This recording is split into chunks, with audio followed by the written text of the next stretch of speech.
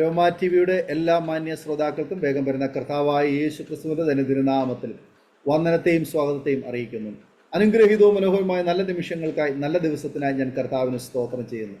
ഇന്ന് അരോമ ടിവിയുടെ പ്രേക്ഷകരോടൊപ്പം നമ്മുടെ ക്ഷണം സ്വീകരിച്ച് ജോയിൻ ചെയ്തിരിക്കുന്നത് കർത്താവിൻ്റെ വിലപ്പെട്ട ദാസി സിസ്റ്റർ ലൗസി സാജനാണ്. തൻ്റെ ജീവിതാനുഭവങ്ങൾ പ്രേക്ഷകർക്ക് വലിയ ഒരനുഗ്രഹവും പ്രചോദനവും ഒരു ദീർഘവീക്ഷണത്തിനും നിങ്ങൾക്ക് സഹായകരമായി തീരുന്ന ഒരുപാട് അനുഭവങ്ങൾ പങ്കുവയ്ക്കുവാൻ കർത്താവിൻ്റെ ദാസി നമ്മോടൊപ്പം ജോയിൻ ചെയ്തിട്ടുണ്ട്. കത്തോലിക്ക കുടുംബത്തിൽ ജനിച്ച് വളർത്തപ്പെട്ട കർത്താവിൻ്റെ ദാസി കർത്താവിനെ സ്വന്തം രക്ഷിതാവും കർത്താവുമായി സ്വീകരിക്കുവാൻ വേണ്ടിയിട്ട് വളരെ ഏറെ വിരക്തി താനെ കാണിച്ചു. എന്നാൽ ദൈവത്തിൻ്റെ പരിശുദ്ധാത്മാവ് തന്നെ അതിലേക്ക് ആമേനെ നിർബന്ധിക്കുവാൻ ഇടയായി തീർന്നപ്പോൾ തൻ്റെ ജീവിതത്തിൽ സമൂലമായി വന്നതായ ആ മാറ്റം ഏതൊരു കേൾവിക്കാരൻ്റെ ജീവിതത്തിൽ വലിയ അനുഗ്രഹത്തിന് കാരണമായി തീരും. ആകയാൽ ഈ വീഡിയോ അവസാനം വരെ കാണുകയും കേൾക്കുകയും ചെയ്യാം. അത് പ്രേക്ഷകർക്ക് വലിയൊരു അനുഗ്രഹമായി തീരുമെന്ന് ഞാൻ പൂർണ്ണമായി വിശ്വസിക്കുന്നു. ആകയാൽ നാം എല്ലാവരും ശ്രദ്ധയോടെ പ്രാർത്ഥനയോടെ ആയിരിക്കുമ്പോൾ കർത്താവിൻ്റെ ദാസി സിസ്റ്റർ ലൗസി സാജനെ തികഞ്ഞ സ്നേഹത്തോടും ആദരവോടുകൂടി അരോമ ടിവിയുടെ പ്രേക്ഷകരോടൊപ്പം സമയം ചിലവഴിക്കുന്നതിനായിട്ട് ഞങ്ങൾ സ്വാഗതം ചെയ്തു കൊള്ളുന്നു. Praise Lord. എൻ്റെ പേര് ലൗസി സാജൻ എന്നാണ്. ഞാൻ കുടുംബമായിട്ട് ഡൽഹിയുടെ പ്രദേശത്ത് കർത്താവിൻ്റെ വേലയിലായിരിക്കുന്നു. ഇന്ന് ഈ രാവിലെ സമയം നിങ്ങളുമായിട്ട് എൻ്റെ ജീവിതാനുഭവങ്ങളെ പങ്കുവയ്ക്കുവാൻ ദൈവം എനിക്ക് ഒരുക്കി തന്ന ഈ അവസരത്തിനായിട്ട് ഞാൻ ദൈവത്തിന് നന്ദിയോടെ സ്തോത്രം ചെയ്യുന്നു, സ്തുതിക്കുന്നു. പ്രത്യേകിച്ച് അരോമ ടി വി ആമേനിലൂടെ ചെയ്യുന്ന പ്രക്ഷേപണത്തിനായി ദൈവദാസൻ പാസ്റ്റർ ഡാനിയൽ ജോണിനായി സ്തോത്രം ചെയ്യുന്നു. ഇങ്ങനെ ഒരു അവസരം ഒരുക്കി തന്നതിനായിട്ട് ദൈവനാമത്തിൽ ഞാൻ നന്ദിയെ അറിയിക്കുന്നു. ഞാൻ പറഞ്ഞല്ലോ, എൻ്റെ പേര് ലൗസി സാജൻ. ഞാൻ ജനിച്ചു വളർത്തപ്പെട്ടത് റാന്നിക്കും തിരുവല്ലയ്ക്കും ഇടയ്ക്കുള്ള സ്ഥലം വെള്ളയിൽ, അതായത് തീയാടിക്കൽ ആണ് എൻ്റെ പോസ്റ്റ് ഓഫീസ്. അവിടെയാണ് ഞാൻ ജനിച്ചു വളർത്തപ്പെട്ടത്. എനിക്ക് മാതാപിതാക്കളും മൂത്ത 2 സഹോദരിമാരുമാണ് ഉള്ളത്. ഞങ്ങൾ അങ്ങനെ ദേശത്ത് ഒരു കത്തോലിക്ക കുടുംബത്തിലാണ് ഞാൻ ജനിച്ചു വളർന്നത്.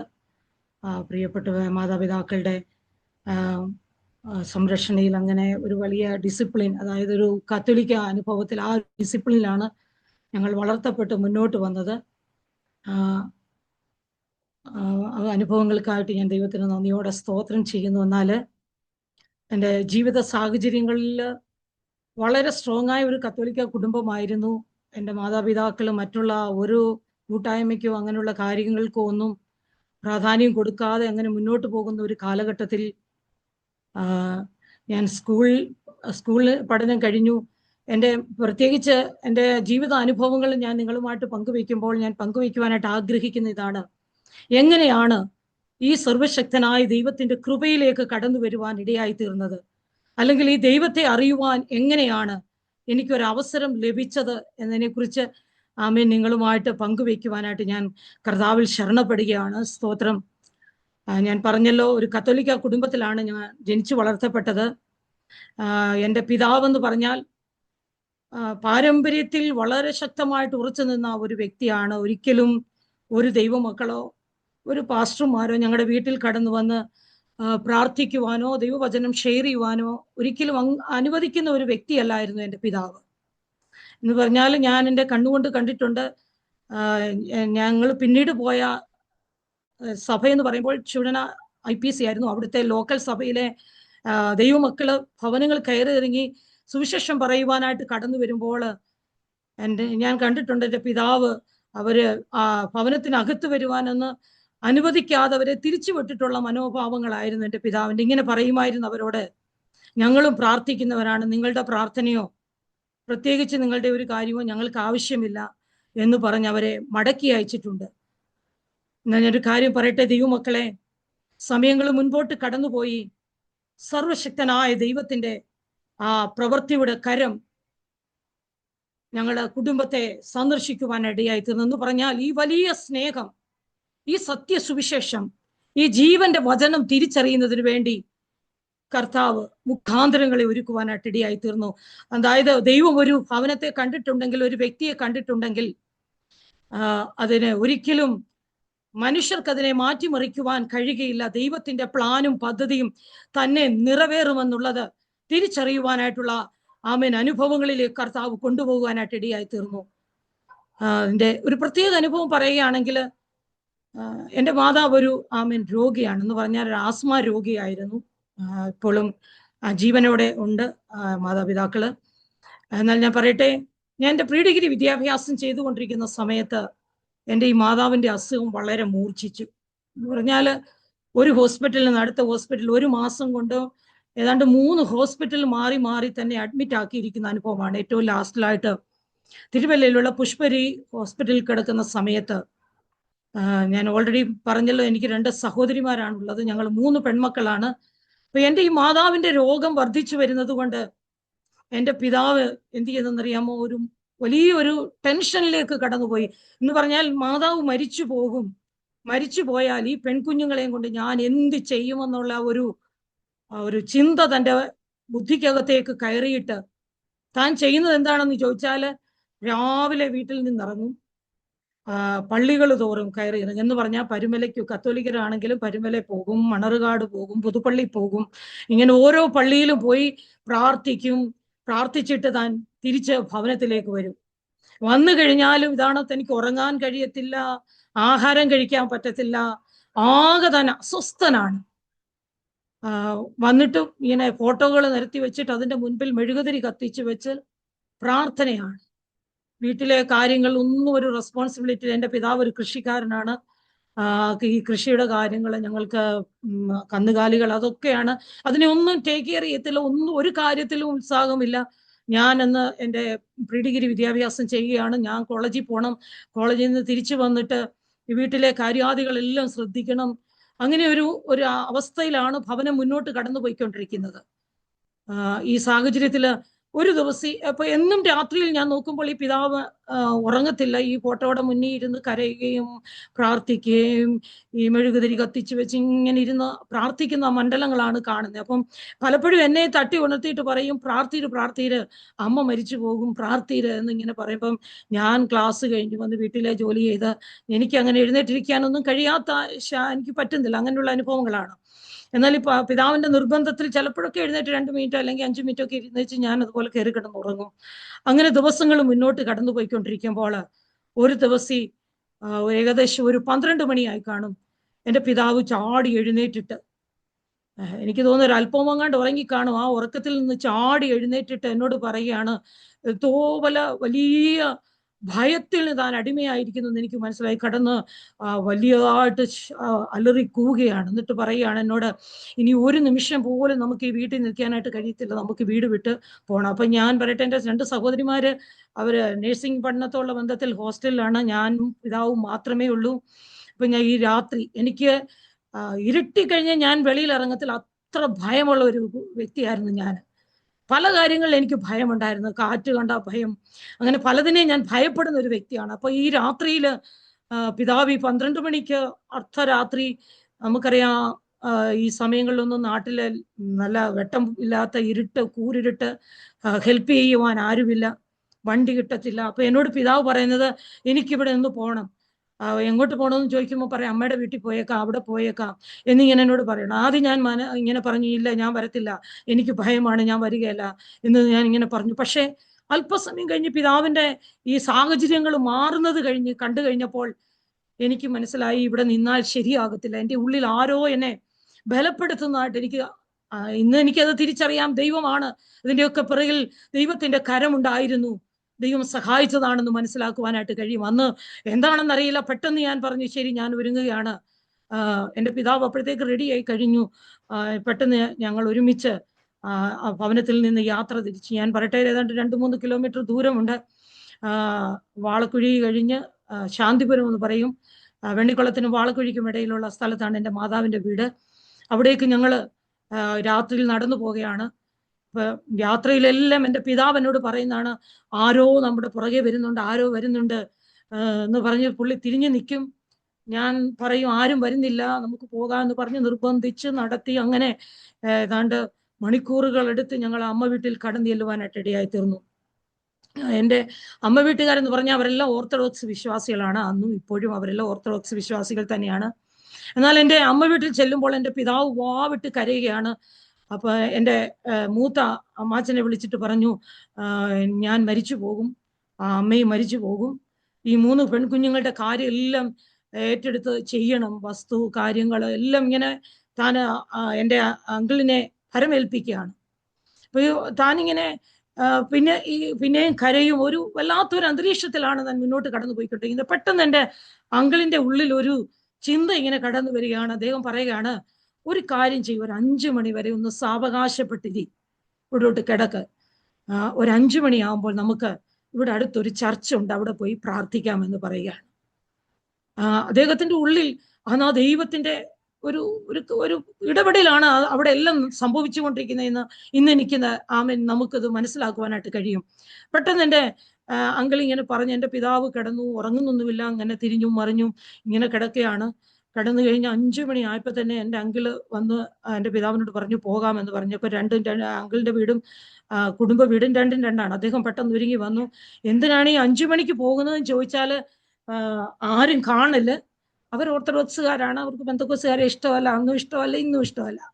അപ്പൊ ആരും കാണാതെ പോയി പ്രാർത്ഥിച്ചിട്ട് മടങ്ങി വരാമെന്നുള്ള ആ പ്ലാനിലാണ് അദ്ദേഹം എൻ്റെ പിതാവിനെ കൂട്ടിക്കൊണ്ടു പോകുന്നത്. അവിടെ നിന്ന് നടക്കുവാനുള്ള ദൂരം മാത്രമേ ഉള്ളൂ. അങ്ങനെ നടന്ന് ഇവർ രണ്ടുപേരും അവിടെ പോയി ആ ദൈവദാസനെ തട്ടി ഉണർത്തി വിളിച്ചു പ്രാർത്ഥിച്ചു. ഞാൻ പറയട്ടെ, എൻ്റെ പിതാവ് കടന്നു പോയത് പോലല്ല തൻ്റെ ജീവിതത്തിൽ തന്നെ അലട്ടിക്കൊണ്ടിരുന്ന ആ വലിയ പ്രശ്നം, അതെന്തായിരുന്നാലും, ഏത് പിശാചിന്റെ തന്ത്രമായിരുന്നു, എന്തായിരുന്നു എങ്കിലും അതിൽ നിന്ന് താൻ പൂർണ്ണ വിടുതൽ പ്രാപിച്ചിട്ടാണ് താൻ മടങ്ങി വരുന്നത്.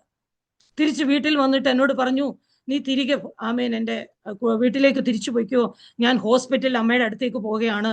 അപ്പോൾ എനിക്ക് കാണുമ്പോൾ നമുക്ക് മനസ്സിലാകും, അതുവരെ താൻ ഒരു അബ്നോർമൽ ആയിരുന്ന വ്യക്തി പൂർണ്ണമായിട്ട് വിടുതൽ പ്രാപിച്ച് പൂർണ്ണ സൗഖ്യത്തോടുകൂടി സമാധാനത്തോടെ ശാന്തതയോടുകൂടി കടന്നു വരുവാനായിട്ട് ഇടയായി തീർന്നു. ഞാൻ പറയട്ടെ ദൈവമക്കളെ, നമ്മുടെ ദൈവം എത്ര വലിയവനായ ദൈവമാണ്. സ്തോത്രം.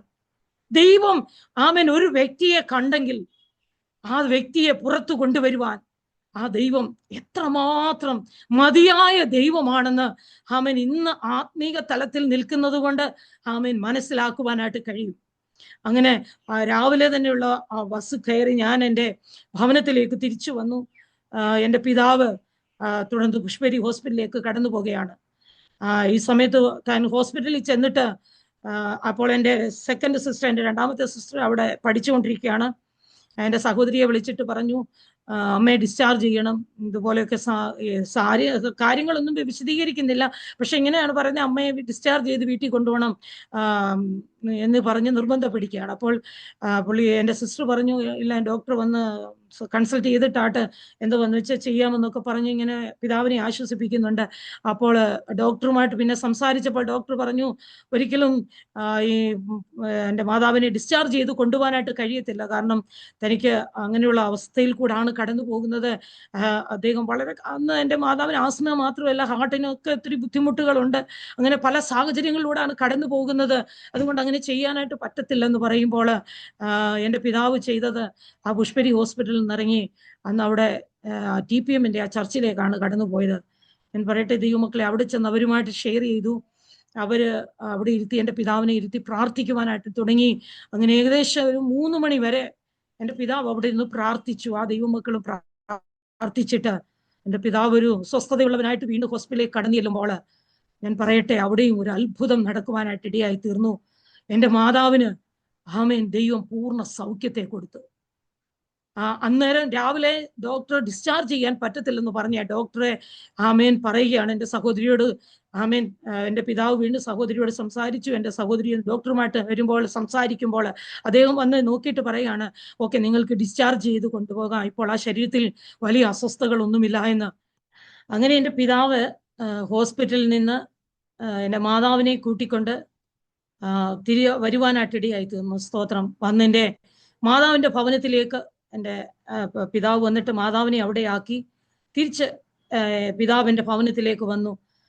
പിതാവ് കടന്നു വരുമ്പോൾ നമുക്ക് കാണുമ്പോൾ തന്നെ മനസ്സിലാക്കുവാനായി കഴിയും, വലിയ ഒരു വ്യത്യാസത്തോടെയാണ് താൻ കടന്നു വന്നത്. ഞാൻ പറയട്ടെ, ഈ ഒരു മാസം മുഴുവൻ താൻ വളരെ ഡിസ്റ്റർബ് ആയിരുന്നു. ഞാൻ പറഞ്ഞല്ലോ, ഒരു റെസ്പോൺസിബിലിറ്റി ഭവനത്തിൽ ഏറ്റെടുക്കുന്നില്ല, ഒരു കാര്യങ്ങൾ ചെയ്യുന്നില്ല. എന്നാൽ ഒരു പുതിയ വ്യക്തിയായിട്ടാണ് എൻ്റെ പിതാവ് തിരിച്ച് വീട്ടിൽ കടന്നു വരുന്നത്. അതിന് ചില ദിവസങ്ങൾക്ക് ശേഷം വീണ്ടും എൻ്റെ മാതാവും ഭവനത്തിൽ കടന്നു വന്നു. എന്നാൽ പിതാവ് ഒരു നിർണയം ഏറ്റെടുത്തുകൊണ്ടാണ് വന്നത്. ഇനിയും ഞാൻ മുൻപോട്ടുള്ള എൻ്റെ യാത്ര ഈ ഒരു കൂട്ടായ്മയിൽ മാത്രമാണ്, ദൈവമക്കളുമായിട്ടുള്ള ഈ കൂട്ടായ്മയിൽ മാത്രമാണെന്നുള്ള തീരുമാനത്തോടു കൂടിയാണ് കടന്നു വന്നത്. സ്തോത്രം. ഞാൻ പറയട്ടെ, പിതാവ് തുടർന്ന് തിരുവല്ലയിലുള്ള ആ ചർച്ചിലേക്കാണ് കടന്നു പോകുവാനായിട്ട് തീരുമാനിച്ച് മാമൻ മുന്നോട്ട് പോയത്. ഞങ്ങളുമായിട്ട് വീട്ടിൽ വന്നതൊക്കെ ഷെയർ ചെയ്തു. തുടർന്ന് ഞാൻ കത്തോലിക്ക സഭയിലേക്കില്ല, ഞാൻ ഈ കൂട്ടായ്മയിലേക്ക് കടന്നു പോവുകയാണ്, ഞങ്ങളോടൊക്കെ പറഞ്ഞ് നിങ്ങൾക്ക് ഇഷ്ടമെങ്കിൽ നിങ്ങൾക്കും വരാം എന്നുള്ള സംസാരമാണ് അവിടെ ഉണ്ടായത്. ഞാൻ പറയട്ടെ, എൻ്റെ ജീവിതത്തിൽ ഞാൻ ഇതെല്ലാം കണ്ടെന്നു വരികിലും ഞാൻ ഒരിക്കലും ഈ കത്തോലിക്ക അനുഭവം വിട്ടിട്ട് ഈ പെന്തക്കോസ്ത് അനുഭവത്തിലേക്ക് പോകുവാനായിട്ട് ഞാൻ ഒരിക്കലും ആഗ്രഹിച്ചില്ല. കാരണം ഞാൻ പറഞ്ഞല്ലോ, ഞാൻ പ്രീ-ഡിഗ്രി വിദ്യാഭ്യാസം ചെയ്തുകൊണ്ടിരിക്കുന്ന കാലയളവാണ്. എനിക്ക് അങ്ങനെ നമുക്ക് നല്ല ഫ്രണ്ട്സ് ഉണ്ട്. അവര് എൻ്റെ ഈ ഭവനത്തിലുണ്ടായ ഈ വിഷയങ്ങളൊക്കെ എൻ്റെ ഫ്രണ്ട്സ് അറിഞ്ഞു. എൻ്റെ പിതാവ് പെന്തക്കോസ്റ്റിൽ പ്രയറിന് പോയതറിഞ്ഞു. എൻ്റെ ചില കൂട്ടുകാരൊക്കെ പറഞ്ഞുണ്ടാക്കി എൻ്റെ പിതാവിന് ഭയങ്കര മാനസിക രോഗം ഏതാണ്ടാണ് എന്നൊക്കെ പറഞ്ഞ് അങ്ങനെ ഒത്തിരി മെന്റലി ഞാൻ ഡിസ്റ്റർബ്ഡ് ആയ ഒരു സാഹചര്യങ്ങളായിരുന്നു അത്. അങ്ങനെ മുന്നോട്ട് പോകുമ്പോൾ പിന്നെ എൻ്റെ ഫ്രണ്ട്സൊക്കെ പറയും, നീ ഒരിക്കലും പെന്തക്കോസ്റ്റിൽ പോകരുത്, പെന്തക്കോസ്തുകാർ അങ്ങനെയാണ് ഇങ്ങനെയാണ്.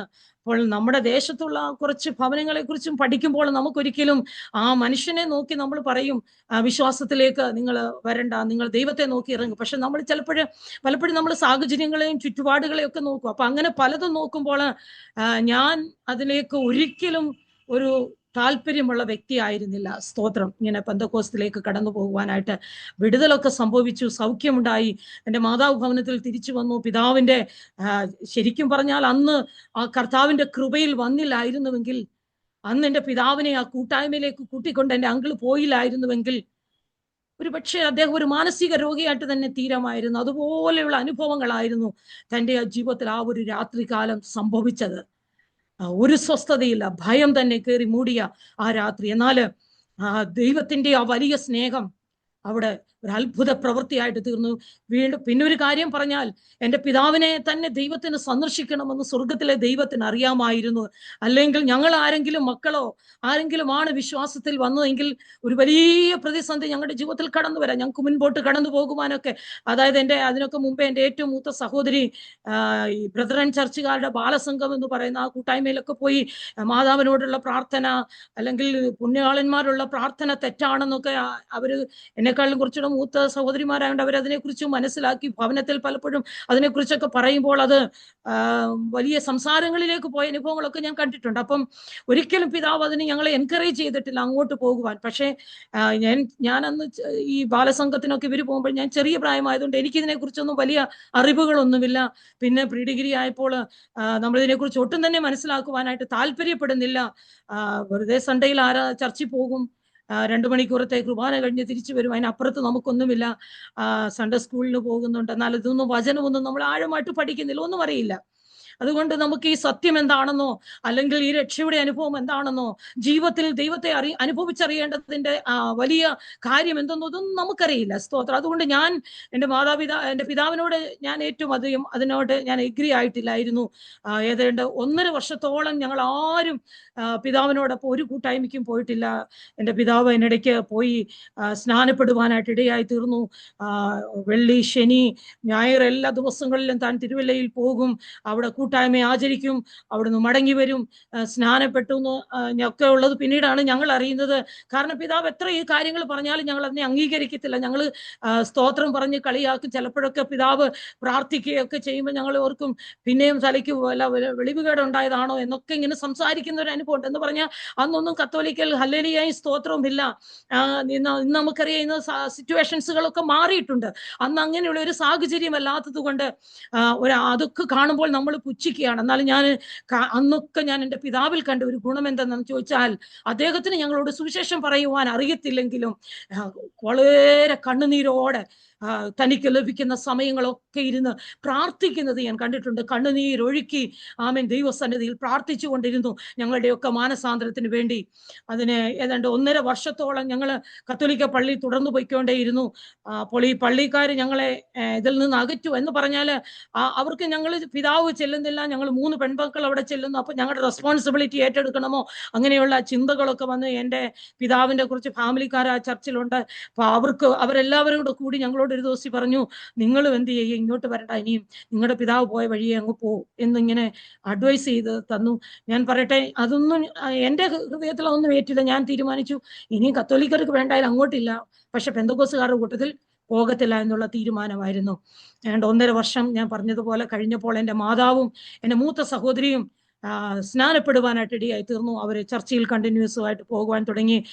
എൻ്റെ സഹോദരി അവളുടെ നഴ്സിംഗ് പഠനം കഴിഞ്ഞ് ഏറ്റവും മൂത്ത സഹോദരി ഭവനത്തിൽ വന്നു. അവള് മാതാവിനോടൊപ്പം സ്നാനപ്പെട്ടു. സെക്കൻഡ് സിസ്റ്റർ പുഷ്പകരി പഠിക്കുന്നതുകൊണ്ട് ആ പഠനത്തോടുള്ള ബന്ധത്തിൽ അവൾക്ക് അങ്ങനെയുള്ളൊരു സ്റ്റെപ്പോ തീരുമാനമൊന്നും എടുക്കാൻ കഴിയുന്നില്ല. എന്നാലും വീട്ടിൽ വന്നാൽ അവൾ മാതാപിതാക്കളോടൊപ്പം ചർച്ചിൽ പോകും. പക്ഷെ ഞാൻ മാത്രം ഇതെല്ലാം കണ്ടും തിരിച്ചു മറിഞ്ഞ ഞാൻ മാത്രം ഒരിക്കൽ പോലും ചർച്ചിൽ പോയിട്ടില്ല. അങ്ങനെ എൻ്റെ മൂത്ത സഹോദരി രക്ഷിക്കപ്പെട്ട് കഴിഞ്ഞപ്പോൾ പലപ്പോഴും അവളിനോട് ഇങ്ങനെ ദൈവവചനം പറഞ്ഞു തരും. പലപ്പോഴും അവളിങ്ങനെ പറയടി, ഞാനല്ല നിന്നോട് സംസാരിക്കുന്നത്, പരിശുദ്ധാത്മാവാണ് എന്നിൽ കൂടെ ഇടപെടുന്നത്, ഇതാണ് സത്യം. നമ്മൾ ഈ യേശു കർത്താവിനെ രക്ഷിതാവായി അംഗീകരിച്ചെങ്കിലേ സ്വർഗത്തിൽ പോകത്തുള്ളൂ. അങ്ങനെ പലപ്പോഴും എന്നെ ഇങ്ങനെ അവൾ നിർബന്ധിക്കുമായിരുന്നു. പക്ഷെ ഞാൻ ഒരിക്കലും അത് കൂട്ടാക്കത്തില്ല. അപ്പോൾ എൻ്റെ പിതാവ് ഇങ്ങനെ പറയും, ഒരിക്കലും നമ്മൾ നിർബന്ധിക്കരുത്, നിർബന്ധിച്ച് അവളെ മുന്നോട്ട് കൊണ്ടുവരേണ്ട, ദൈവം അവളോട് ഇടപെടുന്ന ഒരു സമയം ഉണ്ടാകും, അന്ന് അവള് നമ്മുടെ ഒപ്പം വരുമെന്ന് പറഞ്ഞ് എൻ്റെ പിതാവും ഇങ്ങനെ സംസാരിക്കുമായിരുന്നു. ഞാൻ പറയട്ടെ, അതിനിടയ്ക്കൊക്കെ പല ദൈവദാസന്മാർ ഭവനത്തിൽ വരും. അങ്ങനെ തളർന്നു കിടന്ന ഒരു ദൈവദാസൻ, അദ്ദേഹത്തിന്റെ പേരൊന്നും എനിക്കറിയില്ല, കാരണം ഏത് ദൈവദാസന്മാരും എൻ്റെ വീട്ടിൽ കയറി വന്നാൽ അവരൊരു വഴി കൂടെ കയറി, വാതിൽ കൂടി കയറി, അടുത്ത വാതിൽ കൂടി ഞാൻ വെളിയിൽ ഇറങ്ങി പോകും. ക്ലാസ് കഴിഞ്ഞ് വരുന്ന സമയത്താണെങ്കിൽ ഞാൻ മണിക്കൂറുകൾ വേണമെങ്കിൽ വീടിന്റെ പുറകെ വശത്ത് പോയി അവിടെ ഇരിക്കും. അവർ പോയി എന്ന് ഉറപ്പാക്കിയെങ്കിൽ മാത്രമേ ഞാൻ അകത്ത് കയറി വരികയുള്ളൂ. അങ്ങനെയുള്ള ഒരു സിറ്റുവേഷൻ ആയിരുന്നു. അപ്പോൾ ഇങ്ങനെ ഒരിക്കൽ ഒരു ദൈവദാസൻ എൻ്റെ ഭവനത്തിൽ വന്ന് അദ്ദേഹത്തിന്റെ അനുഭവ സാക്ഷ്യം ഷെയർ ചെയ്യുവാനായിട്ട് എത്തുന്നു. തളർന്നു കിടക്കുന്ന ഒരു മനുഷ്യനായിരുന്നു. അദ്ദേഹത്തിന്റെ അനുഭവത്തില് അദ്ദേഹത്തിന് ഉണ്ടായ വിടുതല്, എങ്ങനെയാണ് കർത്താവ് അദ്ദേഹം ഒരു ഹിന്ദു മാർഗത്തിൽ ജനിച്ചു വളർത്തപ്പെട്ടവനായിരുന്നു. ആ തളർവാദത്തിൽ നിന്ന് വർഷങ്ങൾ തളർരോഗിയായിട്ട് കിടന്ന ആ മനുഷ്യൻ എഴുന്നേറ്റ് വന്ന് അദ്ദേഹം ഇപ്പോൾ കർത്താവിന്റെ വേല അങ്ങനെ ഭവനങ്ങൾ തോറും കയറി ഇറങ്ങി സുവിശേഷം പറയുന്ന ഒരു വ്യക്തിയാണ്. അദ്ദേഹത്തിന്റെ മുന്നിൽ ഞാൻ പെട്ടു. അന്ന് അദ്ദേഹം എന്നോട് അദ്ദേഹത്തിന്റെ അനുഭവങ്ങളും ഈ വചനത്തിന്റെ സത്യങ്ങളും എല്ലാം താൻ ഷെയർ ചെയ്യുവാനായിട്ട് ഇടയായി തീർന്നു. അന്ന് ഞാൻ കർത്താവിനെ രക്ഷിതാവായിട്ട് രക്ഷിതാവായി അംഗീകരിച്ചെങ്കിലും ഞാൻ പറയട്ടെ ദൈവമക്കളെ, എനിക്ക് ചർച്ചിൽ പോകുവാൻ യാതൊരു താല്പര്യമില്ല. എനിക്ക് പെന്തക്കോസ്തുകാർ അങ്ങനെയാണ് ഇങ്ങനെയാണെന്നുള്ള എൻ്റെ ആ ഫ്രണ്ട്സിൻ്റെ ഇതിൽ നിന്ന് ലഭിച്ച ആ കുറെ അറിവും, പിന്നെ എൻ്റെ ചിന്തയിൽ കിടക്കുന്നത് ഞങ്ങളുടെ ദേശത്തൊന്നും ഒരു പെന്തക്കോസ്തുകാരില്ല, പക്ഷെ പെന്തക്കോസ്തുകാരുടെ ഉള്ള ബഹളം അല്ലെങ്കിൽ അന്യഭാഷയുള്ള ആരാധന, ആ ശബ്ദ കോലാഹലങ്ങൾ, ഇതൊന്നും എനിക്ക് ഒട്ടും ഇഷ്ടമല്ല. ഞാൻ പറയുന്നത് ഇവർ ചുമ്മാതെ കിടന്ന് ബഹളം വയ്ക്കുന്നതാണ്. ഇതൊന്നും ഒരു സത്യമല്ല. അന്യഭാഷ എന്ന് പറയുന്നത് ഒരിക്കലും ഉള്ള കാര്യങ്ങളൊന്നുമല്ല. ഇവരിവിടെ കിടന്ന് ബഹളം വയ്ക്കുന്നു, വാ വെക്കുന്നു, തമ്പാറിട്ട് തല്ലി പൊട്ടിക്കുന്നു, ഇതൊക്കെയാണ് അവരുടെ അനുഭവങ്ങൾ എന്ന് പറഞ്ഞ് ഞാൻ എപ്പോഴും കളിയാക്കിയതിനെ എതിർത്ത് സംസാരിക്കുകയും ചെയ്യുന്ന ഒരു വ്യക്തിയാണ്. പരിശുദ്ധാത്മാവ് എന്ന് പറയുന്ന ഒരു കാര്യമേ ഇല്ല, ഇത് വളരെ തെറ്റായ കാര്യമാണ്.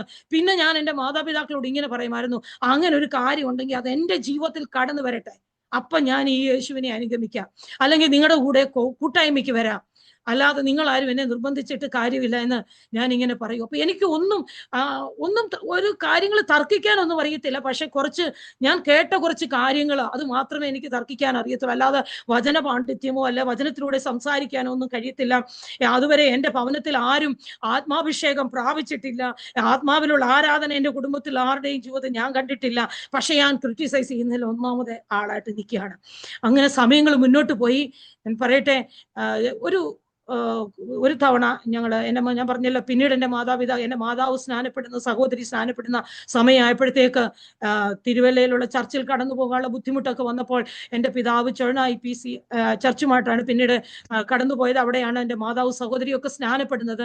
അവിടെ ഒരു 3 ദിവസത്തെ ഉപവാസ പ്രാർത്ഥന നടക്കുമ്പോൾ ഒരിക്കലും ഞാൻ പറഞ്ഞില്ല, എൻ്റെ പിതാവ് എന്നെ നിർബന്ധിക്കാറില്ല, മാതാവ് പോകുന്ന നേരത്ത് വരുന്നോ എന്ന് ചോദിച്ചാൽ ഞാൻ വരുന്നില്ല എന്ന് പറയും. ആ സമയത്തെന്ന് പറയുമ്പോൾ പൂജയുടെ അവധിയാണ്, അന്ന് ക്ലാസ് ഇല്ല, ഞാൻ വീട്ടിലിരിക്കുകയാണ്. അപ്പോൾ എൻ്റെ പിതാവ്, ഒരിക്കലും നിർബന്ധിക്കാത്ത പിതാവ് എന്നോട് പറഞ്ഞു, വാ ഇന്ന് നീ ഞങ്ങളുടെ കൂടെ പ്രേയറിന് വാ, വെറുതെ ഇങ്ങനെ ഭവനത്തിൽ ഇരിക്കുകയല്ലേ എന്നിങ്ങനെ അദ്ദേഹം നിർബന്ധിച്ചു. അപ്പൊ ഞാൻ ആദ്യമൊക്കെ എതിർത്ത്, ഞാൻ വരുന്നില്ല, എനിക്ക് അതിന്റെ ആവശ്യമില്ലെന്ന് പറഞ്ഞിരുന്നു. പക്ഷേ എന്തോ പെട്ടെന്ന് എൻ്റെ ഹൃദയത്തിൽ തോന്നി, ശരി വെറുതെ വീട്ടിയിരിക്കേണ്ട, ഒരുങ്ങിയവരുടെ കൂട്ടത്തിപ്പാ, പിതാവ് പറഞ്ഞ പോലെ ഏറ്റവും പുറകിലെങ്ങാനും പോയിരിക്കുക എന്നുള്ള കാൽക്കുലേഷനുമായിട്ട് അന്ന് ഞാൻ ആ വെള്ളിയാഴ്ച ചർച്ചിലേക്ക് കടന്നു പോവുകയാണ്. ഞാൻ പറയട്ടെ, എനിക്ക് ചർച്ചിൽ ചെന്നപ്പോൾ അതൊരു ഒത്തിരി മെമ്പേഴ്സ് ഉള്ള സഭയാണ്. എനിക്ക് ഭയങ്കര ഇറിറ്റേറ്റഡ് ആയിട്ടാണ് ഞാൻ അവിടെ ഇരിക്കുന്നത്. എല്ലാവരും ആത്മാവിൽ ആരാധിക്കുന്നു, പ്രാർത്ഥന, ഈ സൗണ്ട്, ഇതൊന്നും എനിക്കങ്ങോട്ട് അംഗീകരിക്കാനൊന്നും കഴിയാതെ ഒരു എന്താ പറയുന്നത്, ഒരു ഏകാഗ്രതയില്ലാതെ ഇങ്ങനെ ഞാൻ ഇരിക്കുകയാണ്. അപ്പൊ ഇവരൊക്കെ എനിക്ക് വേണ്ടി പ്രാർത്ഥിക്കുന്നുണ്ട്, പാസ്റ്റർ വന്ന് തലയെ കൈവച്ച് പ്രാർത്ഥിക്കുന്നുണ്ട്. യാതൊരു വ്യത്യാസവും എൻ്റെ ജീവിതത്തിൽ സംഭവിക്കുന്നതായിട്ട് എനിക്ക് അറിയാൻ കഴിയുന്നില്ല. ഇങ്ങനെ തുടർന്ന് വീണ്ടും ഇവര് വചന ശുശ്രൂഷയൊക്കെ കഴിഞ്ഞിട്ട് ആരാധന സ്റ്റാർട്ട് ചെയ്ത്. ഞാൻ പറയട്ടെ ദൈവമക്കളെ, ഞാൻ എത്രയധികം ഈ പരിശുദ്ധാത്മാവിനെതിരായിട്ട് സംസാരിച്ചു കൊണ്ടിരിക്കുന്നു, അതിൻ്റെ അപ്പുറത്തായിട്ട് അതിലൊക്കെ വളരെ 10 മടങ്ങായിട്ട് ഒരു വലിയ ശക്തി എൻ്റെ മേൽ വരുന്നതായിട്ട് എനിക്ക് മനസ്സിലാക്കുവാനായിട്ട് കഴിഞ്ഞു. ഞാൻ പറയട്ടെ, തുടർന്ന് അല്പനിമിഷങ്ങൾക്ക് ശേഷം ആരും എനിക്ക് വേണ്ടി തല വെച്ച് പ്രാർത്ഥിക്കുന്നൊന്നുമില്ല, ഞാൻ ആരെയും ശ്രദ്ധിക്കുന്നില്ല, ഒന്നും ഞാൻ മൈൻഡ് ചെയ്യുന്നില്ല. പക്ഷേ ആ പരിശുദ്ധാത്മാവിന്റെ ശക്തി, ആ അളവറ്റ വലിപ്പം എന്തെന്ന് തിരിച്ചറിയുവാൻ വേണം ദൈവാത്മാവ് അന്ന് പകൽക്കാലം എൻ്റെ ജീവിതത്തിൽ ഇടയാക്കി.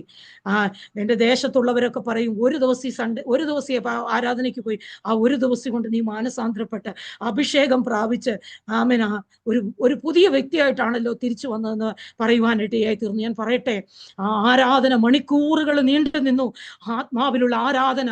ആമേൻ, സ്തോത്രം. അന്ന് ആ പരിശുദ്ധാത്മാവിനെ ഞാൻ എങ്ങനെ ക്രിട്ടിസൈസ് ചെയ്തോ, അതിന്റെ അപ്പുറത്തായിട്ട് ആ ആത്മാവിന്റെ വ്യാപാരം, ആ ആത്മാവിന്റെ ശക്തി, ആ ആത്മാവിന്റെ വലിപ്പം ഇന്നതെന്ന് തിരിച്ചറിയത്തക്കവണ്ണം അന്ന് പകൽക്കാലം പരിശുദ്ധാത്മാവിന്റെ മേൽ ഇറങ്ങുവാൻ ഇടയായി തീർന്നു.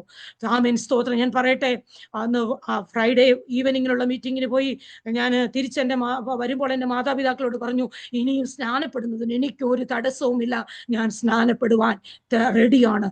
ആമേൻ. ആരും എന്നോട് പറഞ്ഞില്ല, ആരും നിർബന്ധിച്ചില്ല. ആമേൻ, സ്തോത്രം. ഞാൻ എടുത്ത തീരുമാനപ്രകാരം ഞാൻ അങ്ങനെ ഭവനത്തിൽ വന്നു.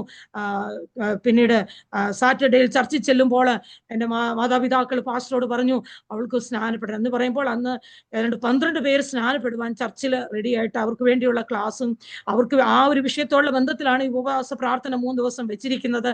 അങ്ങനെയുള്ള കാര്യങ്ങൾ നടന്നുകൊണ്ടിരിക്കുകയാണ്. അപ്പം എൻ്റെ മാതാപിതാക്കൾ ആ പാസ്റ്ററോട് പറഞ്ഞു. അപ്പോൾ പാസ്റ്റർ പറഞ്ഞു, അവൾ അതിനുവേണ്ടി 100% ഉറപ്പാണെങ്കിൽ ഞങ്ങൾക്ക് തടസ്സമില്ലെന്ന് പറഞ്ഞു. അതായത് എന്നെ നെക്സ്റ്റ് വീക്കിൽ വീണ്ടും ക്ലാസ് ഉണ്ട്, സ്നാനത്തിന് വേണ്ടിയുള്ള ക്ലാസ് ഉണ്ട്, അതിന് വന്ന് അറ്റൻഡ് ചെയ്യാം. ഞാനെന്നാ സൺഡേയിൽ ചർച്ചിൽ എഴുന്നേറ്റ് എന്ന് പറഞ്ഞു, എനിക്കും സ്നാനപ്പെടണമെന്ന്.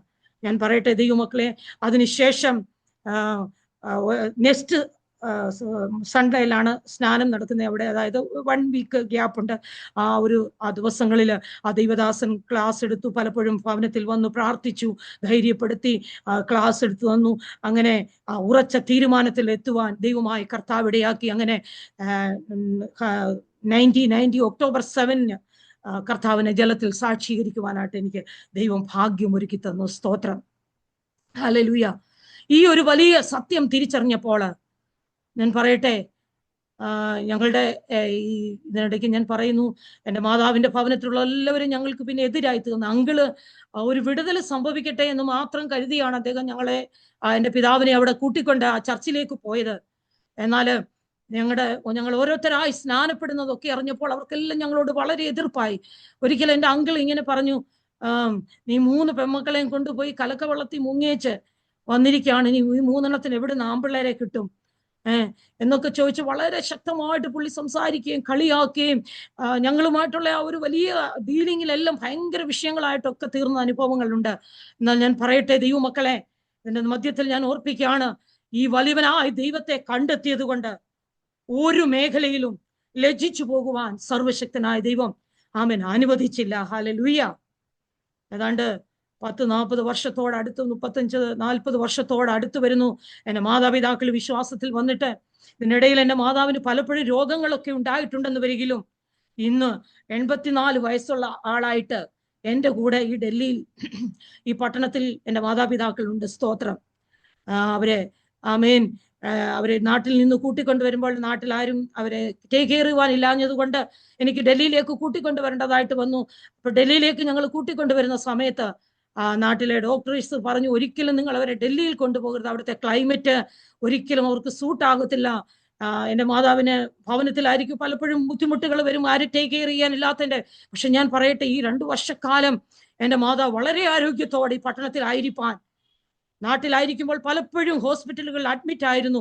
ഈ 2-2.5 വർഷത്തിനുള്ളിൽ ഒരിക്കൽ പോലും അഡ്മിറ്റായി തീരാതെ വണ്ണം ദൈവം തന്നെ ആരോഗ്യത്തോടെ തന്നെ ഈ പട്ടണത്തിൽ നടത്തിക്കൊണ്ടുപോകുന്നതിനായിട്ട് സ്തോത്രം ചെയ്യാണ്. ഇടയിലേക്ക് ഞാൻ കയറി അങ്ങ് പറഞ്ഞതേ ഉള്ളൂ. അങ്ങനെ ഞാൻ രക്ഷിക്കപ്പെട്ട് സ്നാനപ്പെട്ട് കഴിഞ്ഞപ്പോൾ എൻ്റെ ഉള്ളിൽ പരിശുദ്ധാത്മാവ് ഒരു നിശ്ചയം തന്നു. എനിക്ക് ഒരു ഉറപ്പുണ്ടായി, ഞാൻ കർത്താവിന്റെ വേലയ്ക്ക് വേണ്ടിയുള്ളതാണെന്ന്. സ്തോത്രം. ഞാൻ പ്രീ ഡിഗ്രി വിദ്യാഭ്യാസം കഴിഞ്ഞു, സ്റ്റെനോഗ്രാഫി പഠിച്ചു. അങ്ങനെ ജോലിക്ക് വേണ്ടി മുന്നോട്ട് പോകണമെന്നുള്ള വളരെ തീരുമാനം. എൻ്റെ മാതാപിതാക്കൾ വിശ്വാസത്തിൽ വന്നെങ്കിലും അവർക്കും എന്നെ സുവിശേഷ വേലയ്ക്കൊന്നും വിടണമെന്നുള്ളൊരു താല്പര്യമില്ലായിരുന്നു. കാരണം 3 പെൺമക്കളും ജോലി ചെയ്ത് അവർ മുന്നോട്ട് കടന്നു പോകണമെന്നുള്ള ഒരു തീരുമാനമായിരുന്നു അവിടെ മുൻപിലുള്ളത്. അതുകൊണ്ട് അവരും എന്നെ അങ്ങനെ പ്രോത്സാഹിപ്പിച്ചില്ല. പക്ഷെങ്കിൽ എനിക്കുള്ളിൽ ഒരു ഉറപ്പുണ്ടായിരുന്നു, ഞാൻ കർത്താവിന്റെ വേലയ്ക്ക് വേണ്ടിയുള്ളതാണെന്ന്. അങ്ങനെ ഞാൻ ആ തീരുമാനത്തോടുകൂടെ നിന്ന് ദൈവവചനം പഠിക്കുവാൻ ഞാൻ ഒരു ആഗ്രഹം എൻ്റെ ഉള്ളത്തിൽ കടന്നു വന്നു. ദൈവവചനം പഠിക്കണം, കർത്താവിന്റെ വേല ചെയ്യണം, എന്നാൽ കഴിയുന്നത്. എനിക്കറിയില്ല എന്താണ് കർത്താവിന്റെ വേല ചെയ്യണം, എങ്ങനെ ചെയ്യണം ഒന്നും എനിക്കറിയില്ല. കാരണം നമുക്ക് ചുരുക്കം നാളുകളിലെ ഈ വിശ്വാസ അനുഭവങ്ങൾ മാത്രമേ ഉള്ളൂ. പക്ഷെങ്കിൽ പരിശുദ്ധാത്മാവ് ഉള്ളിൽ വന്നതുകൊണ്ട് ആത്മാവ് ഇങ്ങനെ ബലപ്പെടുത്തിക്കൊണ്ടേയിരുന്നു. 1 തിമോത്തിയോസ് 1:12 പറയുന്നത് പോലെ, എനിക്ക് ശക്തി നൽകിയ ക്രിസ്തുവേശു എന്നെ വിശ്വസ്തനെന്നെണ്ണി തന്റെ വേലയ്ക്ക് ആക്കിയത് കൊണ്ട് ഞാൻ അവനെ ആമേൻ സ്നേഹിക്കുന്നു. ആമേൻ. ആ വചനത്തിനായിട്ട് ഞാൻ ദൈവത്തിന് സ്തോത്രം ചെയ്യാണ്. കർത്താവ് കണ്ടു. ആമേൻ. നമ്മളാരും കർത്താവിനെ തിരഞ്ഞെടുത്തല്ല, കർത്താവ് നമ്മെ വിശ്വസ്തരെന്നെണ്ണി കർത്താവിന്റെ വേലയ്ക്ക് വേണ്ടി ആക്കിയത് ഓർത്ത് ഞാൻ ദൈവത്തിന് നന്ദിയോടെ സ്തോത്രം ചെയ്യാണ്. അങ്ങനെ എൻ്റെ സ്റ്റെനോഗ്രാഫി പഠിത്തം ഇതിന് ശേഷമാണ് ഞാൻ കംപ്ലീറ്റ് ചെയ്ത് ഇങ്ങനെ ഭവനത്തിൽ നിൽക്കുമ്പോൾ എൻ്റെ മൂത്ത സഹോദരി അന്ന് ബോംബെയിലാണ്. അപ്പോൾ അവൾ എന്നെ കൂട്ടിക്കൊണ്ട് ബോംബെയിലേക്ക് പോകണം, ജോലിക്ക് വേണ്ടി പോകുവാനായിട്ട് കടന്നു വരുന്ന സമയത്താണ് കുമ്പനാട് IPCയിൽ സഹോദരിമാരുടെ ഒരു 3 മാസത്തെ കോഴ്സ് ഉണ്ട്. ഈ കോഴ്സിലേക്ക് ഞാൻ കടന്നു പോയാനായിട്ട് ഇടയായി തീർന്നു. ആ കോഴ്സ് ചെയ്തുകൊണ്ടിരിക്കുമ്പോൾ കുറെ കൂടെ ദൈവവചനത്തിന്റെ സത്യം ഗ്രഹിക്കുകയും കർത്താവിന്റെ വേലയെക്കുറിച്ചുള്ള കുറച്ച് കാഴ്ചപ്പാടുകൾ എൻ്റെ ഉള്ളിൽ വീണ്ടും വർദ്ധിച്ചു. ഞാനപ്പോൾ എൻ്റെ സഹോദരിയോട് പറഞ്ഞു, ഞാൻ ജോലിക്ക് വേണ്ടി ബോംബെയിലേക്കില്ല, ഞാൻ കർത്താവിന്റെ വേലയ്ക്ക് വേണ്ടിയാണ്. ആ സമയത്ത് എനിക്ക് ദൈവവചനം പഠിക്കുവാൻ വീണ്ടും സാഹചര്യം ഒരുക്കപ്പെട്ടു. ഗോസ്ബൽ ഫോർ ഏഷ്യയുടെ ബൈബിൾ കോളേജിൽ കടന്നു പോകുവാനായിട്ട് ഇടയായിത്തീർന്നു. അത് അവിടെ ഞാൻ ആ ബൈബിൾ കോളേജിൽ ചേരുമ്പോൾ അത് ആദ്യത്തെ ബാച്ചാണ്.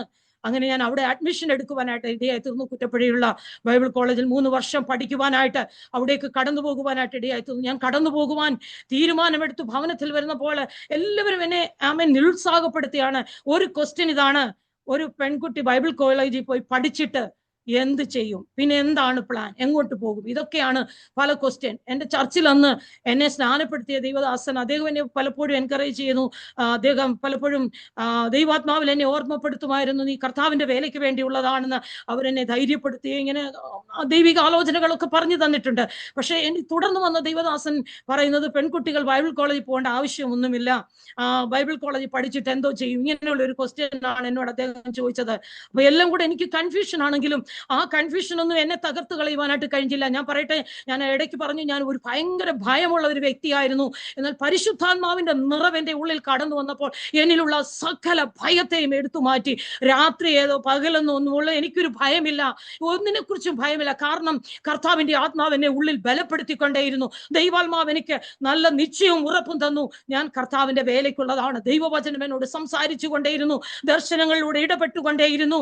ആമേൻ. സ്തോത്രം. ഈ രക്ഷയുടെ അനുഭവത്തിൽ കടന്നു വന്നതിന് ശേഷം കർത്താവ് എനിക്ക് തന്ന ഒരു കൃപയായിരുന്നു ആമേൻ പ്രാർത്ഥിക്കുക എന്നുള്ളത്. ഞാൻ മണിക്കൂറുകൾ മാറിയിരുന്ന് പ്രാർത്ഥിക്കുമായിരുന്നു. രാത്രിയുടെ യാമങ്ങളിൽ പരിശുദ്ധാത്മാവിനെ ഉണർത്തും. ഒരു അലാറം വെച്ചല്ല, ഒന്നും വെച്ചല്ല, കറക്റ്റ് ടൈമുകൾ എവറി നൈറ്റിൽ ഉണർന്ന് പ്രാർത്ഥിക്കുവാൻ ദൈവാത്മാവിനെ ബലപ്പെടുത്തിക്കൊണ്ടിരുന്നു. അപ്പൊ ഇതിലെല്ലാം കൂടെ ദൈവം എന്നെ മനസ്സിലാക്കി തന്നു, ഞാൻ കർത്താവിന്റെ വേലയ്ക്കുള്ളതാണ്. അങ്ങനെ ഞാൻ തീരുമാനമെടുത്തു അവിടെ ദൈവവചനം പഠിക്കുവാനായിട്ട് ഇടയായി തീർന്നു. ഞാൻ ഈ വചനം പഠിക്കുമ്പോഴെല്ലാം ഞാൻ ഇങ്ങനെ ഒരു പ്രാർത്ഥന പ്രാർത്ഥിച്ചുകൊണ്ടേയിരുന്നു. കർത്താവെ, 1 എൻ്റെ കോഴ്സ് കംപ്ലീറ്റ് ചെയ്യണം, 2 ഈ കോഴ്സ് കംപ്ലീറ്റ് ചെയ്തിട്ട് ഞാൻ ഒരു ദിവസം പോലും എൻ്റെ വീട്ടിൽ വന്ന് വെറുതെ നിൽക്കരുത്. കാരണം വചനം പഠിച്ചിട്ട് നീ എന്ത് ചെയ്യുമെന്ന് ചോദിച്ച ആ ക്വസ്റ്റ്യൻ എൻ്റെ ബുദ്ധിമണ്ഡലത്തിൽ കിടക്കുന്നത് കൊണ്ട് ഞാൻ ഇത് ദൈവത്തിന്റെ കരങ്ങളിൽ മാത്രം ഏൽപ്പിച്ചു കൊടുത്തിരുന്നു. അങ്ങനെ ഞാൻ ഇങ്ങനെ പ്രാർത്ഥിച്ചുകൊണ്ടേയിരുന്നു. ഈ എൻ്റെ സെക്കൻഡ് ഇയർ കഴിഞ്ഞ് ഞങ്ങൾക്ക് 6 months പ്രാക്ടിക്കൽ മിനിസ്ട്രി ആയിട്ടാണ് അന്ന് ആ ടൈമിൽ, അതായത് ഞങ്ങളുടെ കോളേജിന്റെ സ്റ്റാർട്ടിങ്ങിലാണ് ഞാൻ അവിടെ ജോയിൻ ചെയ്യുന്നത്. അപ്പൊ ഞങ്ങളുടെ ആ ഒരു ടൈമിൽ എന്ന് പറയുമ്പോൾ 6 months ഞങ്ങൾക്ക് പ്രാക്ടിക്കൽ വർക്കാണ്. കുറെ സ്റ്റുഡൻസിനെ അവർ ഫീൽഡിൽ അയച്ചു. എന്നാൽ ഞങ്ങൾ കുറച്ച് പേരെ ഓഫീസിൽ തന്നെ നിർത്തി. അവിടെ കോളേജിന്റെ ലൈബ്രറിയുടെ കാര്യങ്ങൾ ഉണ്ടാകുന്നതുകൊണ്ട് ഈ സ്റ്റെനോയൊക്കെ പഠിച്ചതുകൊണ്ട് കമ്പ്യൂട്ടറിൽ കുറച്ച് വർക്ക് ചെയ്യുവാനും അങ്ങനെയുള്ള കാര്യങ്ങൾക്ക് വേണ്ടി ഓഫീസിൽ തന്നെ എന്നെ നിർത്തുവാനായിട്ട് ഇടയായി തീർന്നു. അപ്പം ഞങ്ങൾ കുറച്ച് സ്റ്റുഡൻസ് ഉണ്ട്. ആ ഒരു സമയത്താണ് പെട്ടെന്ന് ഒരു ദിവസം ഞാനിങ്ങനെ ദർശനം കണ്ടു. എന്നെ ആരോ വന്ന് വിളിക്കുന്നുണ്ട്. വിളിക്കുന്നതായിട്ടാണ് ഞാൻ ആ ദർശനത്തിൽ കാണുന്നത്. മാതാവിന് ഭയങ്കര സീരിയസ് ആയിരിക്കുന്നു. ഇങ്ങനെ ഒരാൾ വന്ന് വിളിക്കുന്നതായിട്ട് ഞാൻ ദർശനം കണ്ടു. ഞാൻ അത് കഴിഞ്ഞ് പിറ്റേ ദിവസം ഇങ്ങനെ വർക്കിന് വേണ്ടി ഓഫീസിലിരിക്കുന്ന സമയത്ത് എൻ്റെ ഭവനത്തിൽ നിന്ന് ആൾക്കാർ എൻ്റെ മാതാവിന് ഭയങ്കര ക്രിട്ടിക്കലാണ്, പെട്ടെന്ന് ഭവനത്തിലേക്ക് വരണമെന്ന് വന്ന് വിളിച്ചുകൊണ്ട് പോവുകയാണ്. സ്തോത്രം. അപ്പൊ എനിക്ക് ദർശനം കിട്ടിയത് കൊണ്ട് ഞാൻ കുറെ ധൈര്യത്തോടു കൂടെയാണ് കടന്നു പോകുന്നത്. ആ സമയത്ത് മാതാവ് റാന്നിയിലുള്ള മർത്തോമ ഹോസ്പിറ്റലിൽ അഡ്മിറ്റ് ആയി കിടക്കുകയാണ്. എന്ന് പറഞ്ഞാൽ വോമിറ്റിംഗ്, സ്റ്റോപ്പ് ചെയ്യാത്ത വോമിറ്റിംഗ് ഇങ്ങനെ നടന്നുകൊണ്ടിരിക്കുകയാണ്. പനി, ഹൈ ഫീവർ ആണ്. തനിക്ക് ഒരു വല്ലാത്ത അവസ്ഥയിൽ കൂടി കടന്നുപോയിക്കൊണ്ടിരിക്കുകയാണ്. അപ്പൊ അവിടുത്തെ ഡോക്ടേഴ്സ് നോക്കുന്ന അവർക്കൊന്നും കണ്ടുപിടിക്കാനായിട്ട് കഴിയുന്നില്ല. കിഡ്നി പ്രോബ്ലം ആയിരിക്കാം, കിഡ്നി തകരാറായതായിരിക്കാം, പല ഇങ്ങനെ പറയുന്നുണ്ട്. എന്നാൽ ആ രാത്രിയിൽ ഞങ്ങൾ വീണ്ടും പുഷ്പരി ഹോസ്പിറ്റലിലേക്ക് കൊണ്ടുവരികയാണ്.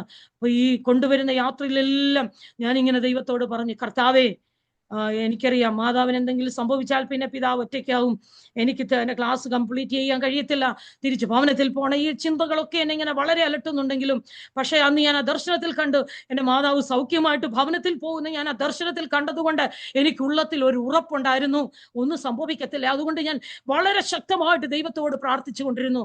മാതാവിനെ പുഷ്പരിൽ കൊണ്ട് അഡ്മിറ്റ് ആക്കി താനെ ടെസ്റ്റുകളിലൂടെ ഇങ്ങനെ കടന്നുപോയപ്പോൾ മനസ്സിലാക്കുവാനായിട്ട് ഇടയായി തീർന്നു. തൻ്റെ ലിവർ സ്വെല്ലിംഗ് ആയിട്ടൊരു വലിയ പ്രത്യേക സാഹചര്യത്തിൽ കൊണ്ടുപോവാണ്.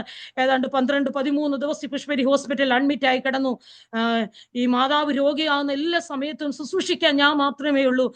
എൻ്റെ സഹോദരങ്ങൾ പഠനം, അവരുടെ ജോലി, അവരെല്ലാവരും അവരുടേതായ ഒരു കാര്യങ്ങളിലേക്ക് അവരങ്ങ് എന്നെക്കാട്ടിൽ മൂത്താണ്ട് അവർ കടന്നുപോയി. എല്ലാ റെസ്പോൺസിബിലിറ്റി എൻ്റെ മുകളിലാണ് വന്നുകൊണ്ടിരിക്കുന്നത്. ഈ 10-12 ദിവസം ഞാൻ ഒറ്റയ്ക്ക് ഹോസ്പിറ്റലിൽ ഇരിക്കുമ്പോൾ ഞാൻ എന്താണ് ചെയ്യുന്നതെന്ന് അറിയാമോ? ഹോസ്പിറ്റലിന്റെ വരാന്തയിൽ കിടക്കുന്ന ബെഞ്ചിൽ ഇരുന്നുകൊണ്ട് ദൈവത്തോട് പറയും, കർത്താവേ, എൻ്റെ കോഴ്സ് കംപ്ലീറ്റ് ചെയ്യണം, എനിക്ക് നിന്റെ വേല ചെയ്യണം, എനിക്ക് വെറുതെ വീട്ടിൽ പോകാൻ പറ്റത്തില്ല എന്ന് ഞാൻ പറയും. എനിക്ക് സൗഖ്യത്തോടെ മാതാവിനെ തിരിച്ച് വീട്ടിൽ കൊണ്ടുപോകണം. ഞാൻ പറയട്ടെ, 12ാമത്തെ ദിവസം ആമേൻ പൂർണ്ണ സൗഖ്യത്തോടെ ഡിസ്ചാർജ് ആയി ഭവനത്തിൽ കടന്നുപോയി. എൻ്റെ തുടർന്ന് എൻ്റെ കോഴ്സ് എനിക്ക് കംപ്ലീറ്റ് ചെയ്യുവാനായിട്ട് ഇടയായി തീർന്നു. ഈ കോഴ്സിന്റെ ഞങ്ങളിങ്ങനെ വചനം പഠിച്ചുകൊണ്ടിരിക്കുമ്പോഴെല്ലാം ദൈവദാസന്മാരിങ്ങനെ ചോദിക്കും, നിങ്ങൾ വചനം പഠിക്കാൻ കൊണ്ടുവന്ന് വന്നു, നിങ്ങളുടെ ഈ പഠനത്തിന് ശേഷം നിങ്ങളുടെ ലക്ഷ്യം എന്താണെന്ന് ചോദിക്കുമ്പോൾ ഞാൻ ഓരോരുത്തരോട് ചോദിക്കുമ്പോൾ ഞാൻ പറയും, എനിക്ക് പഞ്ചാബിൽ പോകണം, അവിടെ കർത്താവിന്റെ വേല ചെയ്യണം. ഞാൻ പഞ്ചാബ് കണ്ടിട്ടില്ല, കേരളം വിട്ട് ഞാൻ എങ്ങും പോയിട്ടില്ല, എനിക്ക് അറിയത്തില്ല. ദൈവാത്മാവ് എന്നെ ഇങ്ങനെ ഉള്ളിൽ പറയുന്നുണ്ട്. ഞാൻ പറയും പഞ്ചാബിൽ പോകും, അവിടെ കർത്താവിന്റെ വേല ചെയ്യും. അങ്ങനെ ഒരു സംസാരം. അതിപ്പോ ഞാൻ കർത്താവിനോട് പ്രാർത്ഥിക്കും, കർത്താവെ എന്നെ എവിടെ അയക്കുന്നു, ഞാൻ അവിടെ പോകും. അങ്ങനെ ഞാൻ പ്രാർത്ഥിക്കുമായിരുന്നു. ഞാൻ പറയട്ടെ, സമയങ്ങൾ മുന്നോട്ട് പോയി. ഗ്രാജുവേഷൻ കഴിയുമ്പോൾ ആ ഓഫീസിൽ തന്നെ ഞാൻ സെലക്ട് ആകുകയാണ്. ഞാൻ പറയുന്നത്, തിരിച്ച് ഞാൻ വെറുതെ വന്ന് എൻ്റെ ഭവനത്തിൽ നിൽക്കുവാനായിട്ട് ഇടയാകാതെ കണ്ടിന്യൂസ് ആയിട്ട് ആ ഓഫീസിലെ ഒരു സ്റ്റാഫായിട്ട് ഞാൻ വർക്ക് ചെയ്യുവാനായിട്ട് ഇടയായി തീർന്നു. 4 വർഷം എൻ്റെ വിവാഹം കഴിയുന്നത് വരെ ഞാൻ അവിടെ ഓഫീസിലായിരുന്നു. ആമേൻ. എനിക്ക് റിസൈൻ ചെയ്തത് ഞാൻ ഒരു വിവാഹത്തോടുള്ള ബന്ധത്തിലാണ്. ഞാൻ പറഞ്ഞതിൻ്റെ കാര്യം, അവിടെ നിന്ന് പല മിനിസ്ട്രികൾക്ക് കടന്നു പോകുവാൻ, ജയിലുകൾ സന്ദർശിക്കുവാൻ, എല്ലാ മാസത്തിൻ്റെയും ചില ദിവസങ്ങളിൽ ഞങ്ങൾക്ക് അവിടെ ഔട്ട്റീച്ച് പ്രോഗ്രാം അതിന് അറ്റൻഡ് ചെയ്യുക. അങ്ങനെ ഒരിക്കലും ഒരു ദിവസം പോലും ആമേൻ ഞാൻ പ്രാർത്ഥിച്ചതും ആഗ്രഹിച്ചതും പോലെ തന്നെ വെറുതെ ഇരിക്കുവാൻ ദൈവം അനുവദിച്ചില്ല. ദൈവം ഒരു വ്യക്തിയെ കണ്ടെങ്കിൽ, കർത്താവിന്റെ വേലയ്ക്ക് വേണ്ടി തെരഞ്ഞെടുത്താണെങ്കിൽ ആമേൻ ഒരു പ്രതികൂലത്തിനോ ഒരു സാഹചര്യത്തിനോ അതിൽ നിന്ന് നമ്മെ മാറ്റിക്കളയുവാനോ ആമേൻ നീക്കി നിർത്തുവാനോ കഴിയുകയില്ല എന്ന് ആമേൻ സ്തോത്രം നമുക്ക് മനസ്സിലാക്കുവാനായിട്ട് കഴിയും. എൻ്റെ വ്യക്തിപരമായ അനുഭവത്തിലൂടെ, ജീവിത സാക്ഷ്യത്തിലൂടെ ആമേൻ ഇന്ന് പകൽക്കാലം എന്നെ കേൾക്കുന്ന ശ്രോതാക്കളോട് ആമേൻ എനിക്ക് പറയുവാനായിട്ട് കഴിയും. നമ്മെ കണ്ടവൻ, നമ്മെ സ്നേഹിച്ചവൻ, നമ്മെ പേർ ചൊല്ലി വിളിച്ചവൻ ജനിച്ചവൻ അമ്മയുടെ ഉദരത്തിൽ ഉരുവാകുന്നതിന് മുൻപേ, ആമേൻ, എഫേസ്യ ലേഖനത്തിൽ പൗലോസ് അപ്പോസ്തലൻ പറയുന്നത് പോലെ ലോക സ്ഥാപനത്തിന് മുൻപേ നമ്മെ കണ്ട ആ കർത്താവിന്റെ ആ സ്നേഹം നമ്മുടെ മേൽ ഉണ്ടെന്ന് വരികിൽ ഈ ലോകത്തിനുള്ള ഒന്നിനും നമ്മെ അവന്റെ കൃപയിൽ നിന്ന്, അവന്റെ സ്നേഹത്തിൽ നിന്ന്, അവന്റെ പ്രവൃത്തിയിൽ നിന്ന് മാറ്റിക്കളയുവാൻ കഴിയുകയില്ലെന്ന് ആമേൻ എൻ്റെ വ്യക്തിപരമായ ജീവിതത്തിന്റെ അനുഭവത്തിലൂടെ എനിക്ക് പറയുവാനായിട്ട് കഴിയും. സ്തോത്രം. അപ്പോൾ ഈ കാലഘട്ടത്തിലൊക്കെ ഞാൻ പ്രാർത്ഥിക്കുന്ന വേറൊരു വിഷയമായിരുന്നു, കർത്താവേ, കുടുംബ ജീവിതത്തിൽ പ്രവേശിക്കുമ്പോൾ കർത്താവിന്റെ വേലയ്ക്ക് വേണ്ടി ഡെഡിക്കേറ്റഡ് ആയിട്ടുള്ള ഒരു വ്യക്തിയെ ഒരുക്കി തരണം. പിന്നത്തെ എൻ്റെ ഒരു പ്രാർത്ഥന വിഷയമായിരുന്നു, ദൈവം എന്നോട് പറയണം ഞാൻ ആരെ വിവാഹം കഴിക്കണം, അല്ലാതെ ഞാൻ വിവാഹം കഴിക്കത്തില്ല. അതെന്റെ ഞാനും ദൈവമായിട്ടുള്ള ഒരു വിഷയമാണത്. ഞാൻ ദൈവത്തോട് പറയും, അതാര് ദൈവം പറഞ്ഞാലും ഞാൻ അങ്ങനെ ചെയ്തിരിക്കും. അത് ആ വ്യക്തിക്ക് എന്ത് വീക്ക്നെസ് ഉണ്ട്, കണ്ണില്ലെങ്കിൽ കുഴപ്പമില്ല, കയ്യില്ലേ കുഴപ്പമില്ല, കാലില്ലെങ്കിൽ കുഴപ്പമില്ല, പക്ഷെ ദൈവം എന്നോട് പറയും ഇന്ന വ്യക്തിയെ നീ വിവാഹം ചെയ്യണമെന്ന് പറയണം. അത് ഞാൻ ദൈവത്തോട് പറഞ്ഞ ഒരു വിഷയമാണ്, എൻ്റെ പ്രാർത്ഥനാ വിഷയമായിരുന്നു. അപ്പം എല്ലാ ബുധനാഴ്ചയും ഞാൻ എൻ്റെ ഈ ഫ്യൂച്ചർ വിഷയത്തിന് വേണ്ടി പ്രാർത്ഥിക്കുമായിരുന്നു. പറഞ്ഞാൽ ഞങ്ങളുടെ കോളേജിൽ ഞങ്ങളുടെ ടീച്ചേഴ്സ് ഞങ്ങളെ അതിനുവേണ്ടി വളരെ എൻകറേജ് ചെയ്യുമായിരുന്നു. തക്ക പാർട്ണറെ ലഭിക്കുന്നതിന് വേണ്ടി പ്രാർത്ഥിക്കണം, കർത്താവിൻ്റെ വേലയിൽ ശക്തമായിട്ട് കുടുംബമായി മുന്നേറണമെങ്കിൽ നിങ്ങൾ അങ്ങനെ ചെയ്യണമെന്നുള്ള അവരുടെ ആ അഡ്വൈസും എൻ്റെ ഉള്ളിൽ ദൈവാത്മാവ് തന്ന ആ കാഴ്ചപ്പാട് അനുസരിച്ച് ഞാൻ ഇങ്ങനെ ഉപവസിക്കുമായിരുന്നു. ആഴ്ചയിൽ ഒരു ദിവസം ഞാൻ പറയട്ടെ, എന്നെ കേൾക്കുന്ന മാതാപിതാക്കളോടും എന്നെ കേൾക്കുന്ന യൗവനക്കാരോടൊക്കെ എനിക്ക് പറയുവാനായിട്ട് കഴിയും, ഇന്നും സംസാരിക്കുന്ന, ഇന്നും വ്യക്തിപരമായിട്ട് ഇടപെടുന്ന, ആമേൻ സ്തോത്രം, ഒരു ദൈവത്തെയാണ് നാം സേവിക്കുന്നത്.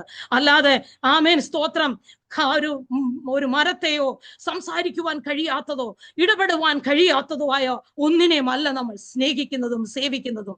ആമേൻ, അതെന്റെ ജീവിത അനുഭവത്തിലാണ് ഞാൻ പറയുന്നത്. ഞാൻ പറഞ്ഞല്ലോ, രാത്രിയുടെ യാമങ്ങൾ ഉണർന്ന് പ്രാർത്ഥിക്കുന്നത് എൻ്റെ ഒരു വലിയ ഒരു ഡെഡിക്കേഷൻ. എനിക്കങ്ങനെ ദൈവം ഒരു അനുഭവം കർത്താവ് എനിക്ക് തന്നതായിരുന്നു. എൻ്റെ ആ ടൈമിൽ, എൻ്റെ വിവാഹം കഴിയുന്നതിന് മുമ്പുള്ള ആ ടൈമിൽ എല്ലാ രാത്രിയിലും 1 മണിക്ക് ഞാൻ ഉണരും. ഞാൻ പറഞ്ഞല്ലോ, ഇന്ന് ഞാൻ അലാറം അങ്ങനെ യൂസ് ചെയ്യുന്ന ഒരു വ്യക്തിയല്ല, അന്ന് ഞാൻ യൂസ് ചെയ്യത്തില്ല. കാരണം ആ കറക്റ്റ് ടൈം ആകുമ്പോൾ ഞാൻ ഉണർന്നിരിക്കും. സ്തോത്രം. എന്നെ ആ ദൈവാത്മാവ് തട്ടി ഉണർത്തിയിരിക്കും. ഞാൻ ഉണർന്ന് ആ സമയങ്ങളിൽ ചില മണിക്കൂറുകൾ ഞാൻ പ്രാർത്ഥിക്കും. എൻ്റെ വിവാഹത്തിന്റെ വിഷയത്തിന് വേണ്ടിയല്ല ഞാൻ പ്രാർത്ഥിക്കും, അനേക വിഷയങ്ങളെ വഹിച്ച് പ്രാർത്ഥിപ്പാൻ പരിശുദ്ധാത്മാവ് എന്നെ സഹായിച്ചു.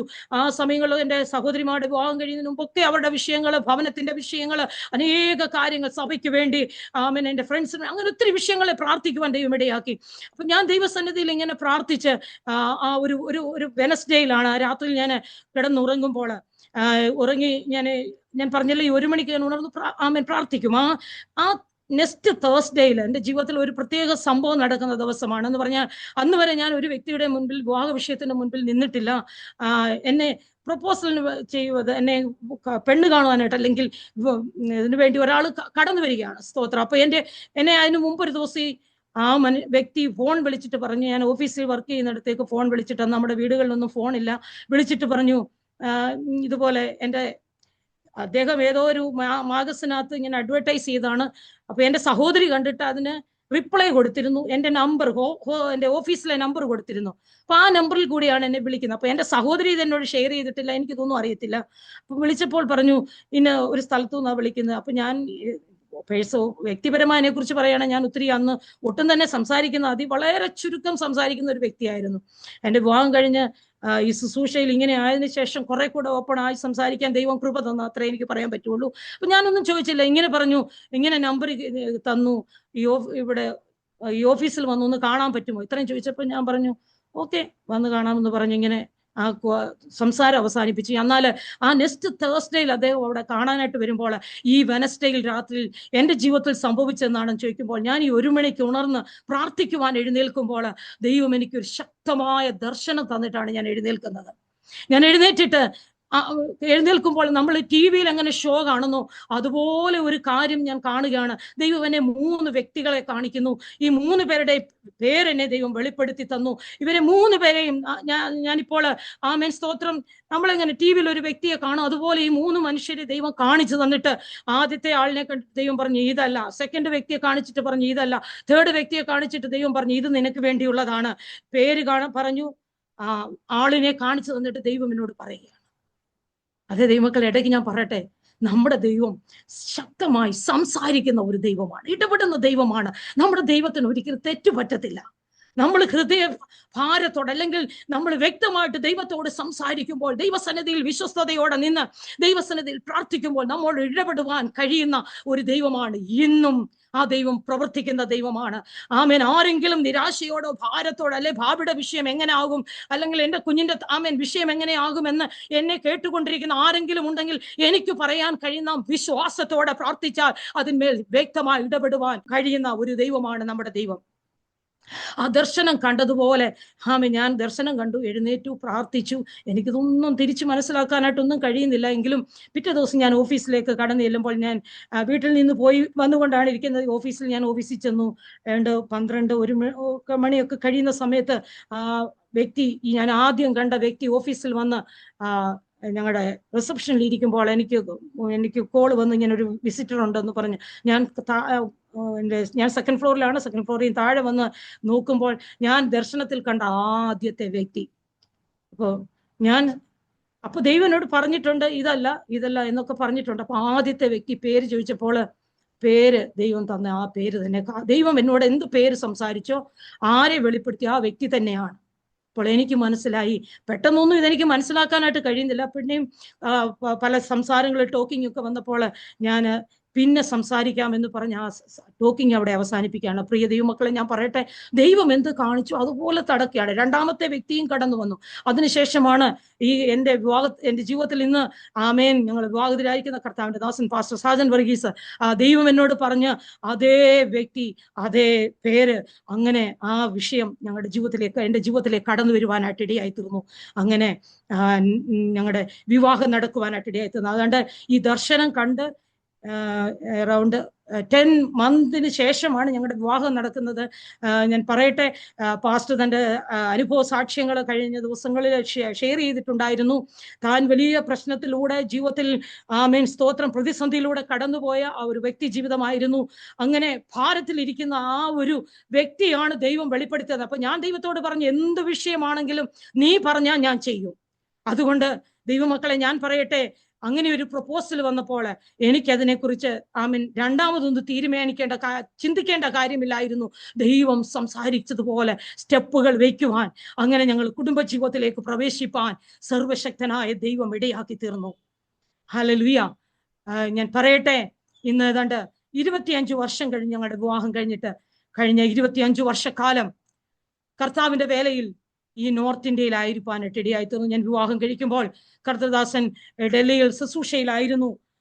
അങ്ങനെ വിവാഹം കഴിഞ്ഞ 25 വർഷമായിട്ട് ഡൽഹിയിൽ കർത്താവിന്റെ വേലയിൽ ആയിരിക്കാനായിട്ട് സർവശക്തനായ ദൈവം ഇടയാക്കി തീർത്തു. ആമേൻ, സ്തോത്രം. ഇനി ഈ 25 വർഷത്തെ ജീവിതാനുഭവങ്ങൾ നിങ്ങളുമായിട്ട് ഷെയർ ചെയ്താൽ ഇന്നൊന്നും ഇവിടെ അവസാനിക്കത്തില്ല. അത്രത്തോളം സർവശക്തനായ ദൈവം ഞങ്ങളെ കുടുംബമായിട്ട് ഈ നോർത്ത് ഇന്ത്യയുടെ പട്ടണത്തിൽ സ്തോത്രം കർത്താവ് ശക്തമായിട്ട് കർത്താവിന്റെ വേലയ്ക്ക് വേണ്ടി ഉപയോഗിക്കുവാൻ, പ്രയോജനപ്പെടുത്തുവാൻ ദൈവമായ കർത്താവ് ഇടയാക്കി. ഞാൻ പറഞ്ഞാൽ നമ്മുടേതായ ഒരു കഴിവ് കൊണ്ടൊന്നുമല്ല, ദൈവത്തിന്റെ സ്നേഹം. നമ്മെ തിരഞ്ഞെടുത്തവൻ ആരാണ്? നമ്മെ വിളിച്ചവൻ ആരാണ്? ഒരു വ്യക്തിയല്ല. സ്തോത്രം. ഒരു മാനുഷിക ശബ്ദം കേട്ടിട്ടല്ല. അതുകൊണ്ട് പ്രതികൂലങ്ങളുടെ മുൻപിൽ, പ്രതിസന്ധികളുടെ മുൻപിൽ തളർന്നു പോകുവാൻ ദൈവമായ കർത്താവ് അനുവദിച്ചില്ല. ഈ 25 വർഷം 3 സ്റ്റേറ്റുകളിലായിട്ട് ഈ നോർത്ത് ഇന്ത്യയിൽ കർത്താവിന്റെ വേല ചെയ്യുവാനായിട്ട് ഇടയായി തീർന്നു. പലപ്പോഴും എങ്ങനെ അടുത്ത സ്റ്റെപ്പ് എങ്ങനെ മുന്നോട്ട് വയ്ക്കുമെന്നൊക്കെ ചിന്തിച്ച് ഭാരപ്പെട്ട് തളർന്നിരുന്ന സാഹചര്യങ്ങളിലൊക്കെ ദൈവത്തിന്റെ കരം ഇറങ്ങി വന്ന് പ്രവർത്തിച്ചത് കാണുവാനായിട്ട് ഇടയായി തീർന്നു. സ്തോത്രം. ഇന്ന് പകൽക്കാലം എന്നെ കേട്ടുകൊണ്ടിരിക്കുന്ന, കർത്താവിന്റെ വേല ചെയ്തുകൊണ്ടിരിക്കുന്ന ദൈവമക്കളോടൊക്കെ എനിക്ക് പറയുവാനുള്ളത്, വിളിച്ചവൻ അവൻ വിശ്വസ്തനാണ്. സ്തോത്രം.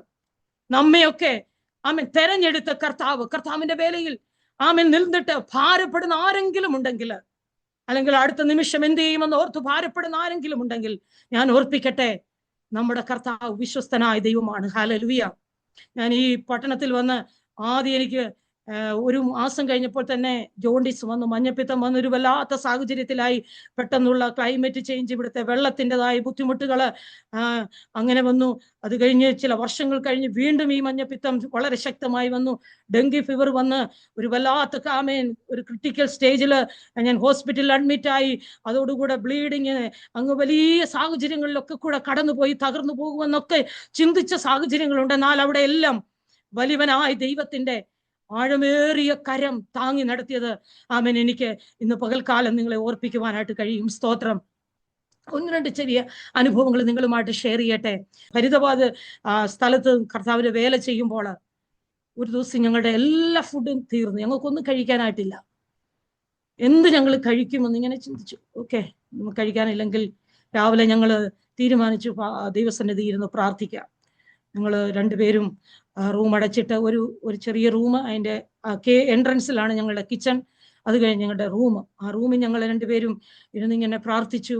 ഞങ്ങൾ പ്രാർത്ഥിച്ച് രാവിലെ തൊട്ട് ഞങ്ങൾ പ്രാർത്ഥനയിലാണ്. പ്രാർത്ഥനയൊക്കെ കഴിഞ്ഞ് 1:30 ആയപ്പോൾ ഞങ്ങൾ എഴുന്നേൽക്കുകയാണ്. പ്രാർത്ഥിക്കുമ്പോൾ ഇതിൻ്റെ ഇടയ്ക്ക് എന്തൊക്കെയോ സൗണ്ട് ഞങ്ങൾക്ക് വെളിയിൽ കേൾക്കുവാനായിട്ട് കഴിയും. പക്ഷെ ഞങ്ങൾ ആ പ്രാർത്ഥനയൊന്നും സ്റ്റോപ്പ് ചെയ്തില്ല. ആരോ ഞങ്ങളുടെ കിച്ചൺ തുറക്കുന്നുണ്ട്. അങ്ങനെ പ്രാർത്ഥനയൊക്കെ കഴിഞ്ഞ് ആമീൻ കഴിഞ്ഞ് ഞങ്ങൾ പറഞ്ഞ് വെളിയിലേക്ക് ഇറങ്ങി ചെന്ന് നോക്കുമ്പോൾ കിച്ചൺ തുറന്ന കിടക്കുകയാണ്. അപ്പൊ കിച്ചൻ്റെ അകത്ത് ഞങ്ങൾ ചെന്ന് നോക്കുമ്പോൾ, ഞാൻ പറയട്ടെ ദൈവമക്കളെ, ആരോ വന്ന് ഞങ്ങളുടെ കിച്ചൺ തുറന്നു. ഞങ്ങൾക്ക് 1 മാസത്തേക്ക് വേണ്ടുന്ന എല്ലാ സാധനങ്ങളും ആ കിച്ചണകത്ത് കൊണ്ട് നിറച്ചു വെച്ചിട്ട് പോയിരിക്കുകയാണ്. അപ്പം ഞങ്ങൾക്ക് മനസ്സിലാകുന്നില്ല ആര് വന്നു, ഇത് കൊണ്ടുവച്ചിട്ട് പോയത് ആരാണ്. കാരണം ഞങ്ങൾ അകത്ത് പ്രാർത്ഥിക്കുന്ന പ്രാർത്ഥന ശബ്ദം കേട്ടതുകൊണ്ട് ആ കടന്നു വന്നവര് ഞങ്ങളെ ഡിസ്റ്റർബ് ചെയ്യുവാനായിട്ട് ആഗ്രഹിച്ചില്ല. അവർ സാധനം വെച്ചിട്ട് മടങ്ങിപ്പോയി. ഞാൻ പറയട്ടെ, ഞങ്ങൾ പ്രാർത്ഥിച്ച് ഈ സാധനങ്ങളൊക്കെ എടുത്ത് ഉണ്ടാക്കി കഴിക്കുവാനായിട്ട് ഇടയായി തീർന്നു. അത് കഴിഞ്ഞ് ഞങ്ങളുടെ മനസ്സിൽ പല ചിന്തകളുണ്ട്. ഇന്ന വിശ്വാസി കൊണ്ട് വെച്ചിട്ട് പോയതായിരിക്കാം, സഭയിലെ ആരെങ്കിലും കൊണ്ട് വെച്ചിട്ട് പോയതായിരിക്കാം എന്നുള്ള ചിന്തകളൊക്കെ ഉണ്ട്. എന്നാലും 1-2 ദിവസം കഴിഞ്ഞപ്പോഴാണ് 2 യൗവനക്കാരായ സഹോദരന്മാരാണ് ഇത് വെച്ചിട്ട് പോയിരിക്കുന്നത്. അപ്പൊ അവർ വന്ന് വീട്ടിലൊന്നും ഇത് സംസാരിച്ചില്ല. എന്നാൽ അവർ ഭവനം വിസിറ്റ് ചെയ്യുന്ന സമയത്ത് ഇങ്ങനെ അവര് ഈ കാര്യങ്ങൾ പറയുവാനായിട്ട് ഇടയായി തീർന്നു. പാസ്റ്റർ, ഞങ്ങളായിരുന്നു അവിടെ വന്നത്, ഇങ്ങനെ സാധനം വെച്ചിട്ട് പോയതെന്ന് പറയുവാനായിട്ട് ഇടയായി തീർന്നു. ഞാൻ പറയട്ടെ, ചില ദിവസങ്ങളായിട്ട് ഇവരുടെ ഉള്ളിൽ ഇങ്ങനെ ചിന്തിച്ചുകൊണ്ടിരിക്കുകയാണ്, പാസ്റ്റർ വീട്ടിൽ എന്തെങ്കിലും വാങ്ങിക്കൊണ്ട് കൊടുക്കണം, അവർക്ക് പൈസയായിട്ട് അങ്ങോട്ട് കൊണ്ടുതരാൻ കഴിയുന്നില്ല, അവര് റേഷൻ എടുക്കുന്ന കടയിൽ നിന്ന് മേടിച്ചുകൊണ്ട് ഞങ്ങൾക്ക് തരാം എന്നുള്ളൊരു പ്ലാനാണ്. പക്ഷെ ഞാൻ പറയട്ടെ ദൈവമക്കളെ, ഞങ്ങൾക്ക് എന്നാണത് ഏറ്റവും ജരൂരത്തായത്, അല്ലെങ്കിൽ എന്നാണ് ഏറ്റവും അത്യാവശ്യമായിട്ടായത്, അന്നാണ് അവരുടെ ഉള്ളിൽ ആ കാര്യങ്ങൾക്കൊരു ക്രമീകരണം വന്നത്. അന്നാണ് അവരത് വെച്ചിട്ട് പോകുവാനിടയായത്. ഞാൻ പറഞ്ഞതിന്റെ കാര്യം, നാം പ്രാർത്ഥിക്കുമ്പോൾ നമ്മുടെ ആവശ്യങ്ങളെ അറിയുന്ന, നമുക്ക് വേണ്ടി പ്രവർത്തിക്കുന്ന ഒരു ദൈവമാണ് നമ്മുടെ സർവശക്തനായ ദൈവം. വേറൊരു അനുഭവം പറയട്ടെ. 2008 ഞങ്ങൾക്ക് ദൈവം 3 കുഞ്ഞുങ്ങളെയാണ് ദാനമായിട്ട് തന്നിരിക്കുന്നത്. ഈ കുഞ്ഞുങ്ങളുമായിട്ട് ഞങ്ങൾ നാട്ടിൽ കടന്നുപോയി.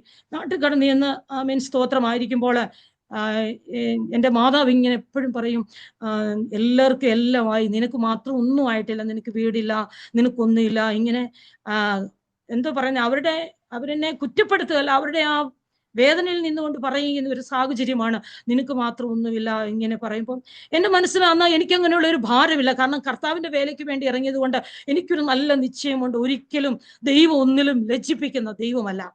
എന്നെ കേട്ടുകൊണ്ടിരിക്കുന്നവരുടെ വിശ്വാസം വർദ്ധിപ്പിക്കുവാനായിട്ടാണ് ഞാൻ ഈ കാര്യം പറയുന്നത്.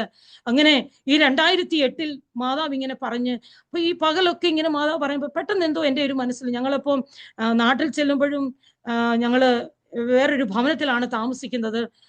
അപ്പൊ ആ വീട്ടിൽ ഈ 3 കൊച്ചു കുഞ്ഞുങ്ങളുമായിട്ട് ചെന്നപ്പോൾ അവിടെ പകല് പിള്ളേരുടെ ഒത്തിരി ബുദ്ധിമുട്ട്, അങ്ങനെ പല സംസാരങ്ങളൊക്കെ ഉണ്ടായപ്പോൾ അതെൻ്റെ ഒരു മനസ്സിന് ഭാരം. കർത്താവേ, എന്തുകൊണ്ടാണ് ഇതൊക്കെ, ഇങ്ങനെ ഒരു ചിന്തയൊക്കെ ഉണ്ടായി. അന്ന് രാത്രിയിൽ ഇങ്ങനെ, അപ്പൊ എനിക്കൊരു വീടിന് വേണ്ടി ഞാൻ ഒരിക്കലും പ്രാർത്ഥിച്ചിട്ടില്ല ദൈവമക്കളെ. അതൊന്നും എൻ്റെ ഒരു പ്രാർത്ഥനാ വിഷയമേ അല്ലായിരുന്നു. എന്നാൽ ഈ 2008 ഇങ്ങനെ ഞാൻ പ്രാർത്ഥിച്ചിട്ട് കിടന്നുറങ്ങി. ആ സമയത്തെന്ന് പറഞ്ഞാൽ ഞാൻ എഴുന്നേൽക്കുന്നത് ഒരു 4 മണിക്കാണ്, പ്രാർത്ഥനയ്ക്ക് വേണ്ടി ഉണരും. അപ്പൊ ഈ 4 മണിക്ക് വേണ്ടി ഞാൻ പ്രാർത്ഥനയ്ക്ക് ഉണരുന്ന സമയത്ത് ഞാനിങ്ങനെ ഒരു ശബ്ദം കേട്ടുകൊണ്ടാണ് എഴുന്നേറ്റ് വരുന്നത്, ഞാൻ നിനക്കൊരു വീട് തരും. അപ്പൊ ഞാൻ ഓർത്തടാ, എനിക്കിപ്പോ വീട് തരുമെന്ന് പറയാൻ ഈ രാത്രിയിൽ ഈ 4 മണിക്ക് ആരാണ്? പെട്ടെന്ന് ഞാൻ കതക് തുറന്നു. ഞാൻ കിടന്ന റൂമിന്റെ കതക് തുറന്നിട്ട് ഞാൻ വെളിയിൽ, എൻ്റെ കുഞ്ഞുങ്ങളുണ്ട് എൻ്റെ കൂടെ, അവരെല്ലാം നല്ല ഉറക്കമാണ്. വെളിയിൽ ഇറങ്ങി ഞാൻ നോക്കിയപ്പോൾ എല്ലാ റൂമുകളും അടഞ്ഞു കിടക്കുകയാണ്, ആരും എഴുന്നേറ്റിട്ടില്ല. അപ്പൊ ഞാൻ വീണ്ടും എൻ്റെ റൂമിലേക്ക് വന്നിട്ട് ഞാൻ ഇങ്ങനെ റൂം അടച്ച്, അപ്പൊ നിനക്ക് വീട് തരുമെന്ന് മാത്രമല്ല, ദൈവം ഒത്തിരി കാര്യങ്ങൾ ആ സമയത്ത് എന്നോട്, ഈ ഒരു ശബ്ദം ഞാൻ കേട്ടാണ് ഒത്തിരി വിഷയങ്ങൾ ദൈവം എന്നോട് പറഞ്ഞു. അപ്പൊ ഞാൻ ഇങ്ങനെ ചിന്തിച്ചു, ഇനി എനിക്ക് തോന്നിയതായിരിക്കാം എന്നൊക്കെയുള്ള പല ചിന്തകൾ എൻ്റെ മനസ്സിലൂടെ കടന്നുപോയി. ഞാൻ പറയട്ടെ ദൈവമക്കളെ, ഇത് സംഭവിക്കുന്നത് 2008 ജൂണിലാണ്. അപ്പൊ ഞാൻ ഇതിങ്ങനെ വിട്ടുകളഞ്ഞു. ഞങ്ങളിങ്ങനെ ഡൽഹി തിരിച്ചു വന്നു. അപ്പം വർഷങ്ങളിൽ ഇപ്പൊ ഇടയ്ക്കിടയ്ക്ക് ഇങ്ങനെ എൻ്റെ ചിന്തയിലേക്ക് ഈ വിഷയം ഇങ്ങനെ കയറി വരും.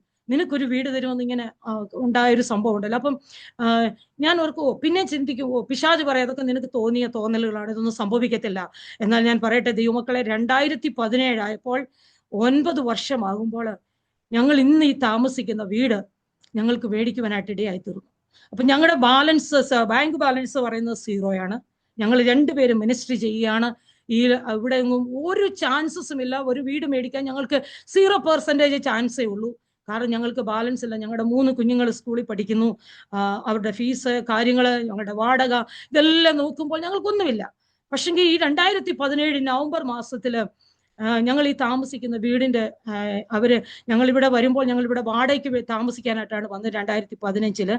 അപ്പോൾ ഞങ്ങൾ കയറുമ്പോഴേ അവർ പറഞ്ഞു ഏത് നേരം ഞങ്ങൾ ഈ വീട് വിൽക്കും, ഞങ്ങളുടെ പ്ലാൻ അതാണ്, അപ്പോൾ നിങ്ങൾ വെക്കേറ്റ് ചെയ്യണമെന്ന് പറഞ്ഞിട്ടുണ്ടായിരുന്നു. ഓക്കെ, ഞങ്ങളത് പറഞ്ഞു ശരി.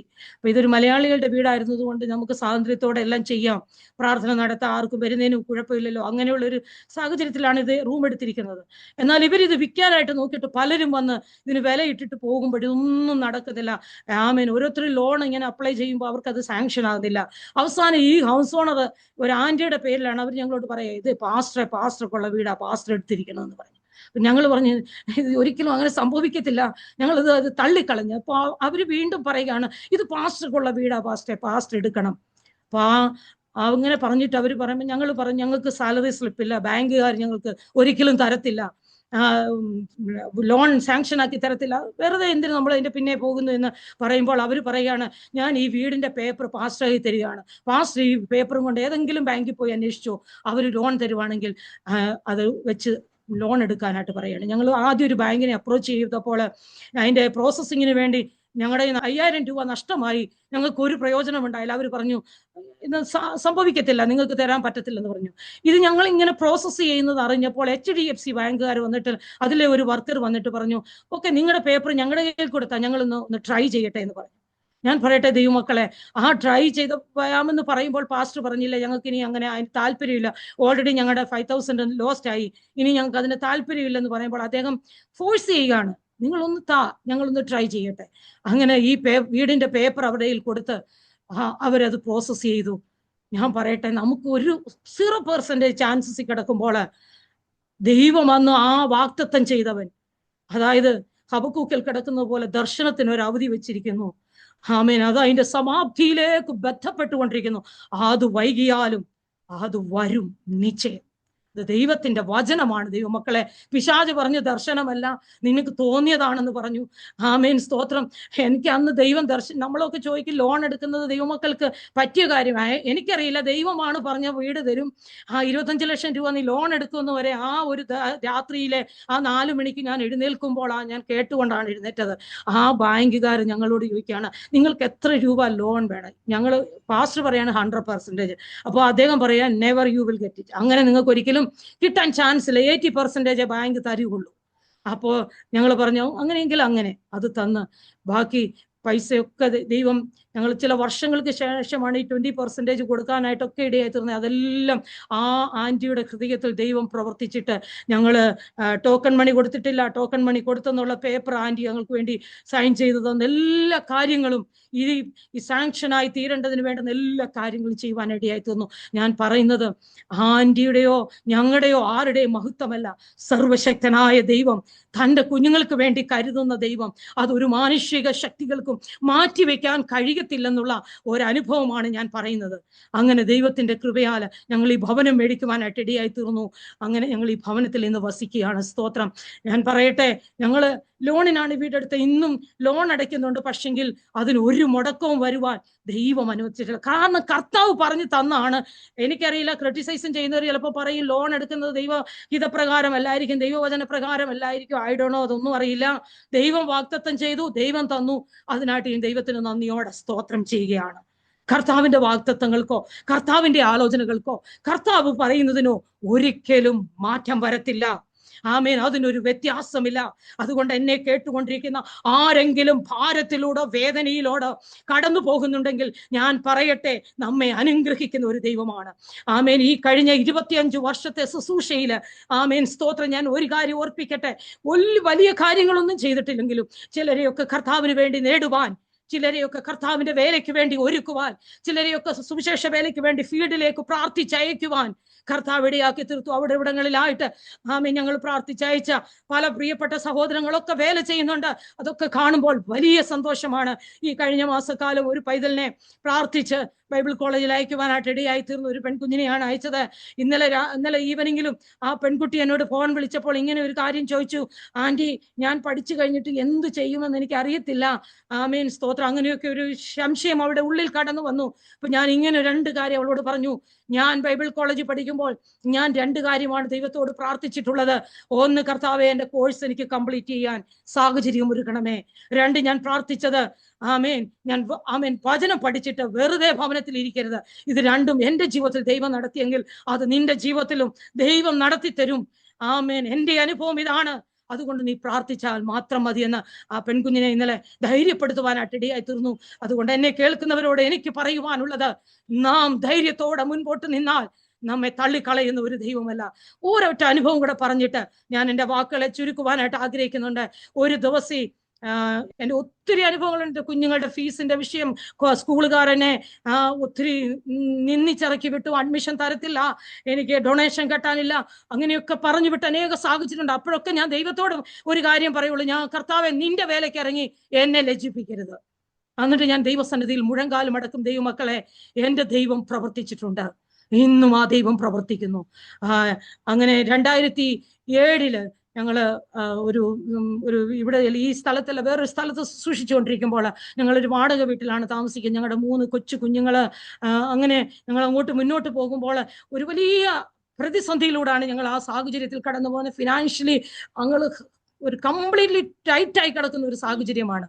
ആ സമയത്ത് ഞങ്ങളുടെ വീട്ടില് എല്ലാ സാറ്റർഡേയിലും ഈ ഈവനിങ്ങിൽ കുറച്ച് ദൈവദാസന്മാർ വരും, അവർ പ്രാർത്ഥിക്കും.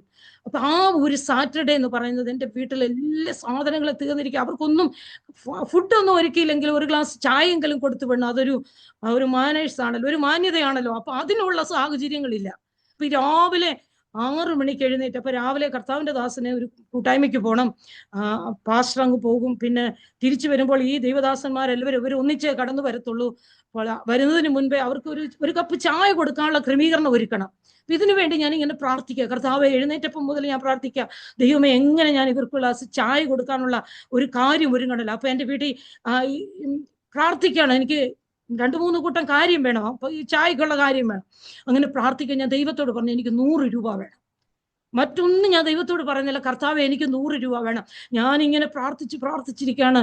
അപ്പൊ ഈ കുഞ്ഞുങ്ങൾക്ക് പാല് മേടിച്ചു കൊടുക്കുന്നതൊന്നും അല്ല എൻ്റെ വിഷയം. ഈ 100 രൂപ വേണം. ദൈവദാസന്മാർ വരുമ്പോൾ അവർ ഒരിക്കലും അറിയരുത് ഈ വീട്ടിൽ ഒരു സാധനമില്ല എന്നറിയല്ലോ. ഒരു ഗ്ലാസ് ചായ കൊടുക്കാൻ പറ്റിയില്ലെങ്കിൽ അവരോർക്കും അതിനുപോലെയുള്ള കപ്പാസിറ്റി ഇല്ലല്ലോ എന്ന് ഓർത്ത്, ആമേൻ, അതൊരു വിഷയം, ഒരു മനസ്സിനൊരു ഭാരമാകുമല്ലോ ഞങ്ങൾക്ക്. അതിനുവേണ്ടി പ്രാർത്ഥിക്കും. ഞാൻ പറയട്ടെ, ഏതാണ്ട് ഒരു 9-9:30 ആയപ്പോൾ ഒരാൾ വന്ന് ഞങ്ങളുടെ ഡോറിൽ കൊട്ടുകയാണ്. അപ്പൊ എൻ്റെ പ്രാർത്ഥനയില്ല, ഇങ്ങനെ ഞാൻ പ്രാർത്ഥിച്ചുകൊണ്ടിരിക്കുമ്പോൾ പെട്ടെന്ന് ഞാൻ പോയി കതക് തുറക്കുമ്പോൾ എന്നോട് ചോദിച്ചു, പാസ്റ്റർ സാധനം ഇല്ലേ എന്ന് ചോദിക്കുമ്പോൾ ഞാൻ പറയുകയാണ്, ഇല്ലല്ലോ, പാസ്റ്റർ പോയല്ലോ, പ്രയറിന് പോയി. അപ്പൊ ഈ ദൈവദാസനും അവിടെ കൂട്ടായ്മയ്ക്ക് പോകേണ്ടതാണ്. ഞാൻ ചോദിച്ചു, പാസ്റ്റർ പോയില്ലേ? പെട്ടെന്ന് എന്നോട് പറയാണ്, പോകട്ടെ, ഒരു 100 രൂപ എടുത്ത് തന്നിട്ട് എന്നോട് പറയാണ്, സിസ്റ്റർ, ഈ പൈസ അവിടെ വെച്ചു, പാസ്റ്റർ ഉണ്ടെങ്കിൽ തന്നിട്ട് പോകുന്ന കണ്ടു വന്നാണ്. ഞാൻ പറയട്ടെ, എനിക്കുന്നത് ആ സമയത്ത് അതൊരു എത്ര ലക്ഷത്തിന്റെ വിലയുണ്ട്. ആ ഒരു 100 രൂപ എൻ്റെ കയ്യിൽ കൊണ്ടുതരുമ്പോൾ ഞാൻ 100 രൂപയ്ക്ക് വേണ്ടി പ്രാർത്ഥിച്ചുകൊണ്ടിരിക്കുമ്പോൾ ആ 100 രൂപയുമായിട്ട് ആ ദൈവദാസൻ മീറ്റിങ്ങിന് പോകാതെ, ആ മീറ്റിങ്ങിന് ചെല്ലുമ്പോൾ എൻ്റെ ഹസ്ബൻഡ് അവിടെ പ്രയറിനുണ്ട്, അവിടെ കൊടുക്കാം. അല്ലെങ്കിൽ തിരിച്ചു വരുമ്പോൾ ആ ദൈവദാസന് നമ്മുടെ വീട്ടിൽ 3 മണിക്കത്തെ പ്രയറിന് വരേണ്ടതാണ്, അന്നേരം തരാം. പക്ഷെ ഇതൊന്നുമല്ല അവിടെ നടന്നത്. എനിക്ക് എപ്പോൾ ആവശ്യമുള്ളത് അന്നേരമാണ് അത് അവിടെ കൊണ്ട് തന്നിട്ട് ആ കർത്തദാസൻ പോകുവാനായിട്ട് ഇടയായി തീർന്നു. ഞാൻ പറയട്ടെ, ആ 100 രൂപ അദ്ദേഹത്തിന് ഒരു വലിയ എമൗണ്ട് ആണ്. അദ്ദേഹത്തിന് വലിയ ബുദ്ധിമുട്ടിലൂടെ കടന്നു പോകുന്ന ഒരു സാഹചര്യത്തിലാണ്. പക്ഷെ ആ 100 രൂപ തന്നിട്ട് കടന്നു പോവുകയാണ്. ഞാൻ പറഞ്ഞത്, നമ്മുടെ ഒരു ചെറിയ ആവശ്യത്തെ പോലും അറിയുന്ന ഒരു നല്ല കർത്താവിനെയാണ് നാം സേവിക്കുന്നത്. യെശയ്യാ പ്രവചനന്റെ പുസ്തകം 41-ന്റെ 14-15 വാക്യങ്ങളൊക്കെ നാം ഇങ്ങനെ കാണുന്നുണ്ട്. അല്ലയോ പുഴുവായ യാക്കോവേ, ഞാൻ നിന്നെ പുതിയതും പല്ലേറിയതും മൂർച്ചയുള്ളതുമായ ഒരു മെതിവണ്ടിയാക്കും. നീ പർവ്വതങ്ങളെ പൊടിക്കുകയും കുന്നുകളെ അതിനെ മെതിച്ചുടയ്ക്കുകയും ചെയ്യുമെന്നുള്ള ആ ഒരു വലിയ വാഗ്ദത്തം കർത്താവിന്റെ വേലയ്ക്ക് വേണ്ടി ഇറങ്ങുമ്പോൾ കർത്താവ് എനിക്ക് തന്ന ഒരു വാഗ്ദത്ത വചനമായിരുന്നു. ആമേൻ. ഇസ്രായേൽ പരീക്ഷയെ നീ ലജ്ജിച്ചു പോകത്തില്ല, നീ പരാജയപ്പെട്ടു പോകത്തില്ല. അതെ, എനിക്കിന്ന് ആമേൻ എൻ്റെ ശ്രോതാക്കളോട് എനിക്ക് പറയുവാനായിട്ട് കഴിയും, നാം വിശ്വസ്തരായി നിന്നാൽ, നാം നമ്മുടെ ദൈവത്തെ പൂർണ്ണമായി സേവിച്ചു നിന്നാൽ, പൂർണ്ണ ഹൃദയത്തോട് പൂർണ്ണ മനസ്സോട് അവനെ പിൻപറ്റി നിന്നാൽ നാം ലജ്ജിക്കത്തില്ല. ഞാൻ പറയട്ടെ, എനിക്ക് ആ 100 രൂപ കിട്ടിയാൽ മാത്രം പോരെ. എൻ്റെ 3 കൊച്ചു കുഞ്ഞുങ്ങളെ ഇട്ടിട്ട് എനിക്ക് ഒരു കടയിൽ പോയി സാധനം മേടിക്കാൻ പറ്റത്തില്ല. അപ്പൊ ഞാൻ അടുത്ത എൻ്റെ പ്രയർ, ആരെങ്കിലും ഈ ഭവനത്തിൽ ഇപ്പൊ വരണം. അങ്ങനെ ഞാൻ പ്രാർത്ഥിച്ചുകൊണ്ടിരിക്കുമ്പോൾ ഒരു സഹോദരി വീട്ടിൽ വന്നിട്ട് ഞാൻ ആ 100 രൂപയുമായിട്ട് ആ സഹോദരിയെ പറഞ്ഞയച്ച് എനിക്ക് വേണ്ടുന്ന സാധനങ്ങൾ മേടിക്കും. ഞാൻ പറഞ്ഞത്, എല്ലാം നന്നായി ചെയ്യുന്ന ദൈവം, എല്ലാ സാഹചര്യങ്ങളിലും നന്നായി പ്രവർത്തിക്കുന്ന ഒരു ദൈവം, നമ്മെ നന്നായി അറിയുന്ന ഒരു ദൈവം, നമുക്ക് വേണ്ടി വൻ കാര്യങ്ങളെ ചെയ്യുന്ന ഒരു ദൈവം, അത്ഭുതങ്ങളെ പ്രവർത്തിക്കുന്നവനായ ഒരു ദൈവം, നാം ക്ഷീണിച്ചു പോകുവാൻ അനുവദിക്കാത്തവനായ ഒരു ദൈവം.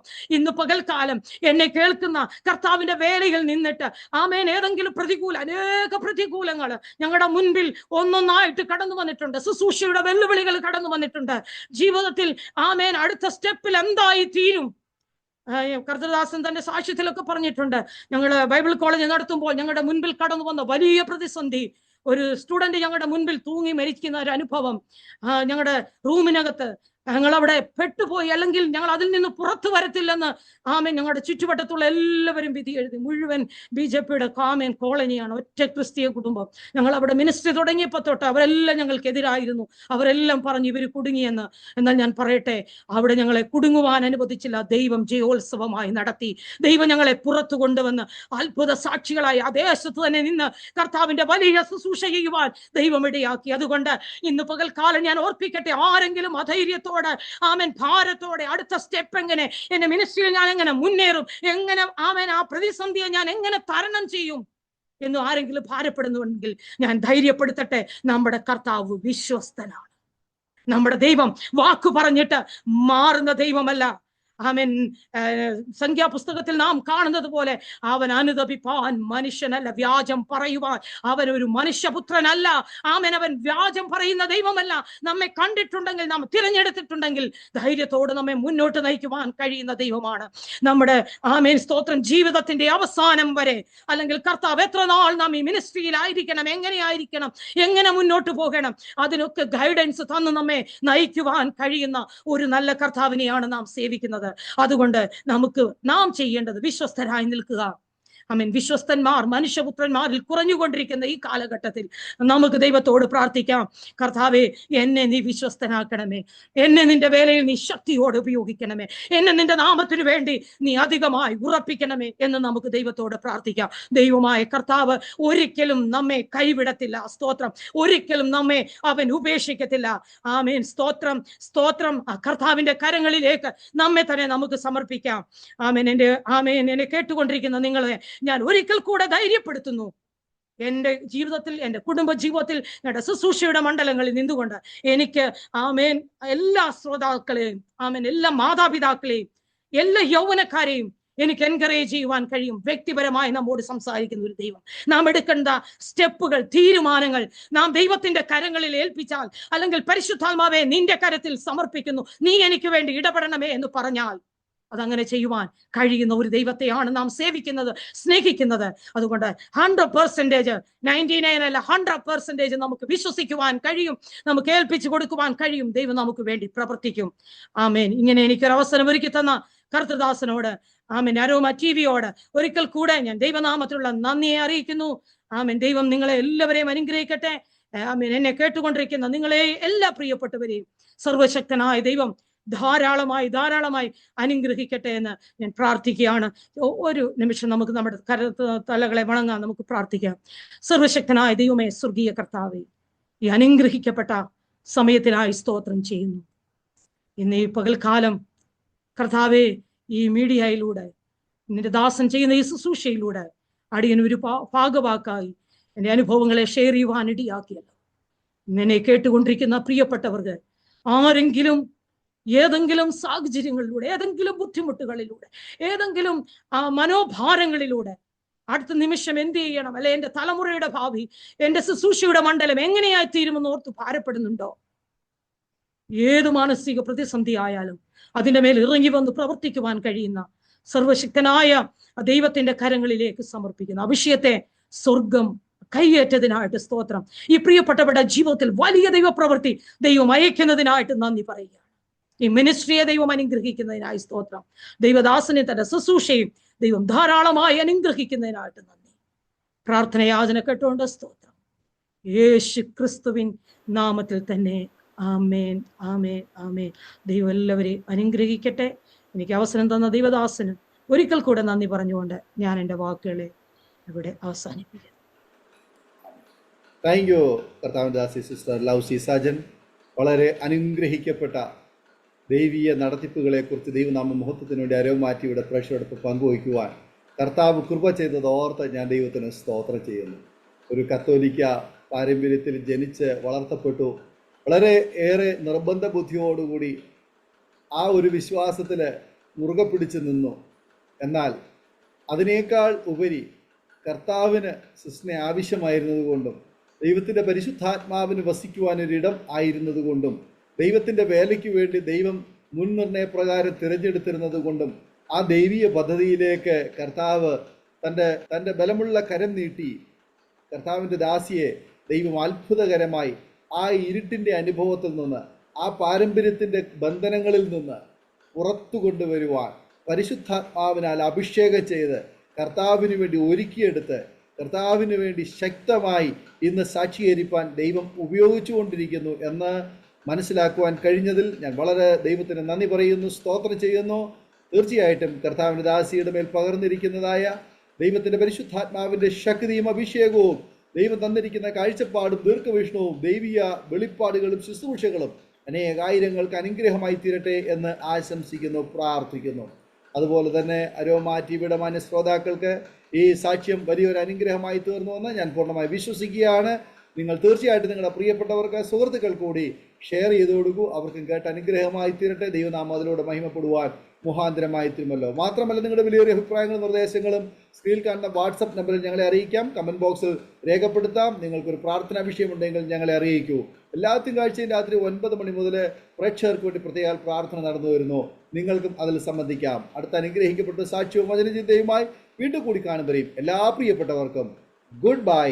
God bless you all. ആമേൻ. ഓർമ്മയുടെ മനോരഥത്തിൽ മായാത്ത ഓർമ്മയ്ക്കായി അരോമ മാട്രിമോണിയിൽ നിന്നും ജീവിത പങ്കാളിയെ കണ്ടെത്തൂ. നിങ്ങൾ ഒരു ക്രിസ്തീയ ജീവിത പങ്കാളിയെ അന്വേഷിക്കുകയാണോ? അതോ മക്കൾക്ക് അനുയോജ്യമായ ഒരു തക്ക തുണയ്ക്ക് വേണ്ടി പ്രാർത്ഥിക്കുന്ന വ്യക്തിയാണോ? എങ്കിൽ അരോമ മാട്രിമോണി നിങ്ങൾക്ക് വേണ്ടിയാണ്. ഇന്നു തന്നെ സൗജന്യമായി രജിസ്റ്റർ ചെയ്യൂ. അരോമ മാട്രിമോണിയുടെ പ്രത്യേകതകൾ: രജിസ്ട്രേഷൻ തികച്ചും സൗജന്യം. ലോകത്തെവിടെയുമുള്ള അനുയോജ്യമായ ക്രിസ്തീയ ജീവിത പങ്കാളിയെ തിരഞ്ഞെടുക്കാം. വിവാഹം നടക്കുന്നതുവരെ സർവീസ് ലഭിക്കുന്നു. ഏറ്റവും ചെറിയ പാക്കേജുകളും തിരഞ്ഞെടുക്കാം. അരോമ മാട്രിമോണി നിങ്ങൾക്കായി ഒരുക്കുന്നു വിവാഹം പരമാനന്ദം. Email aroma matrimony2020@gmail.com.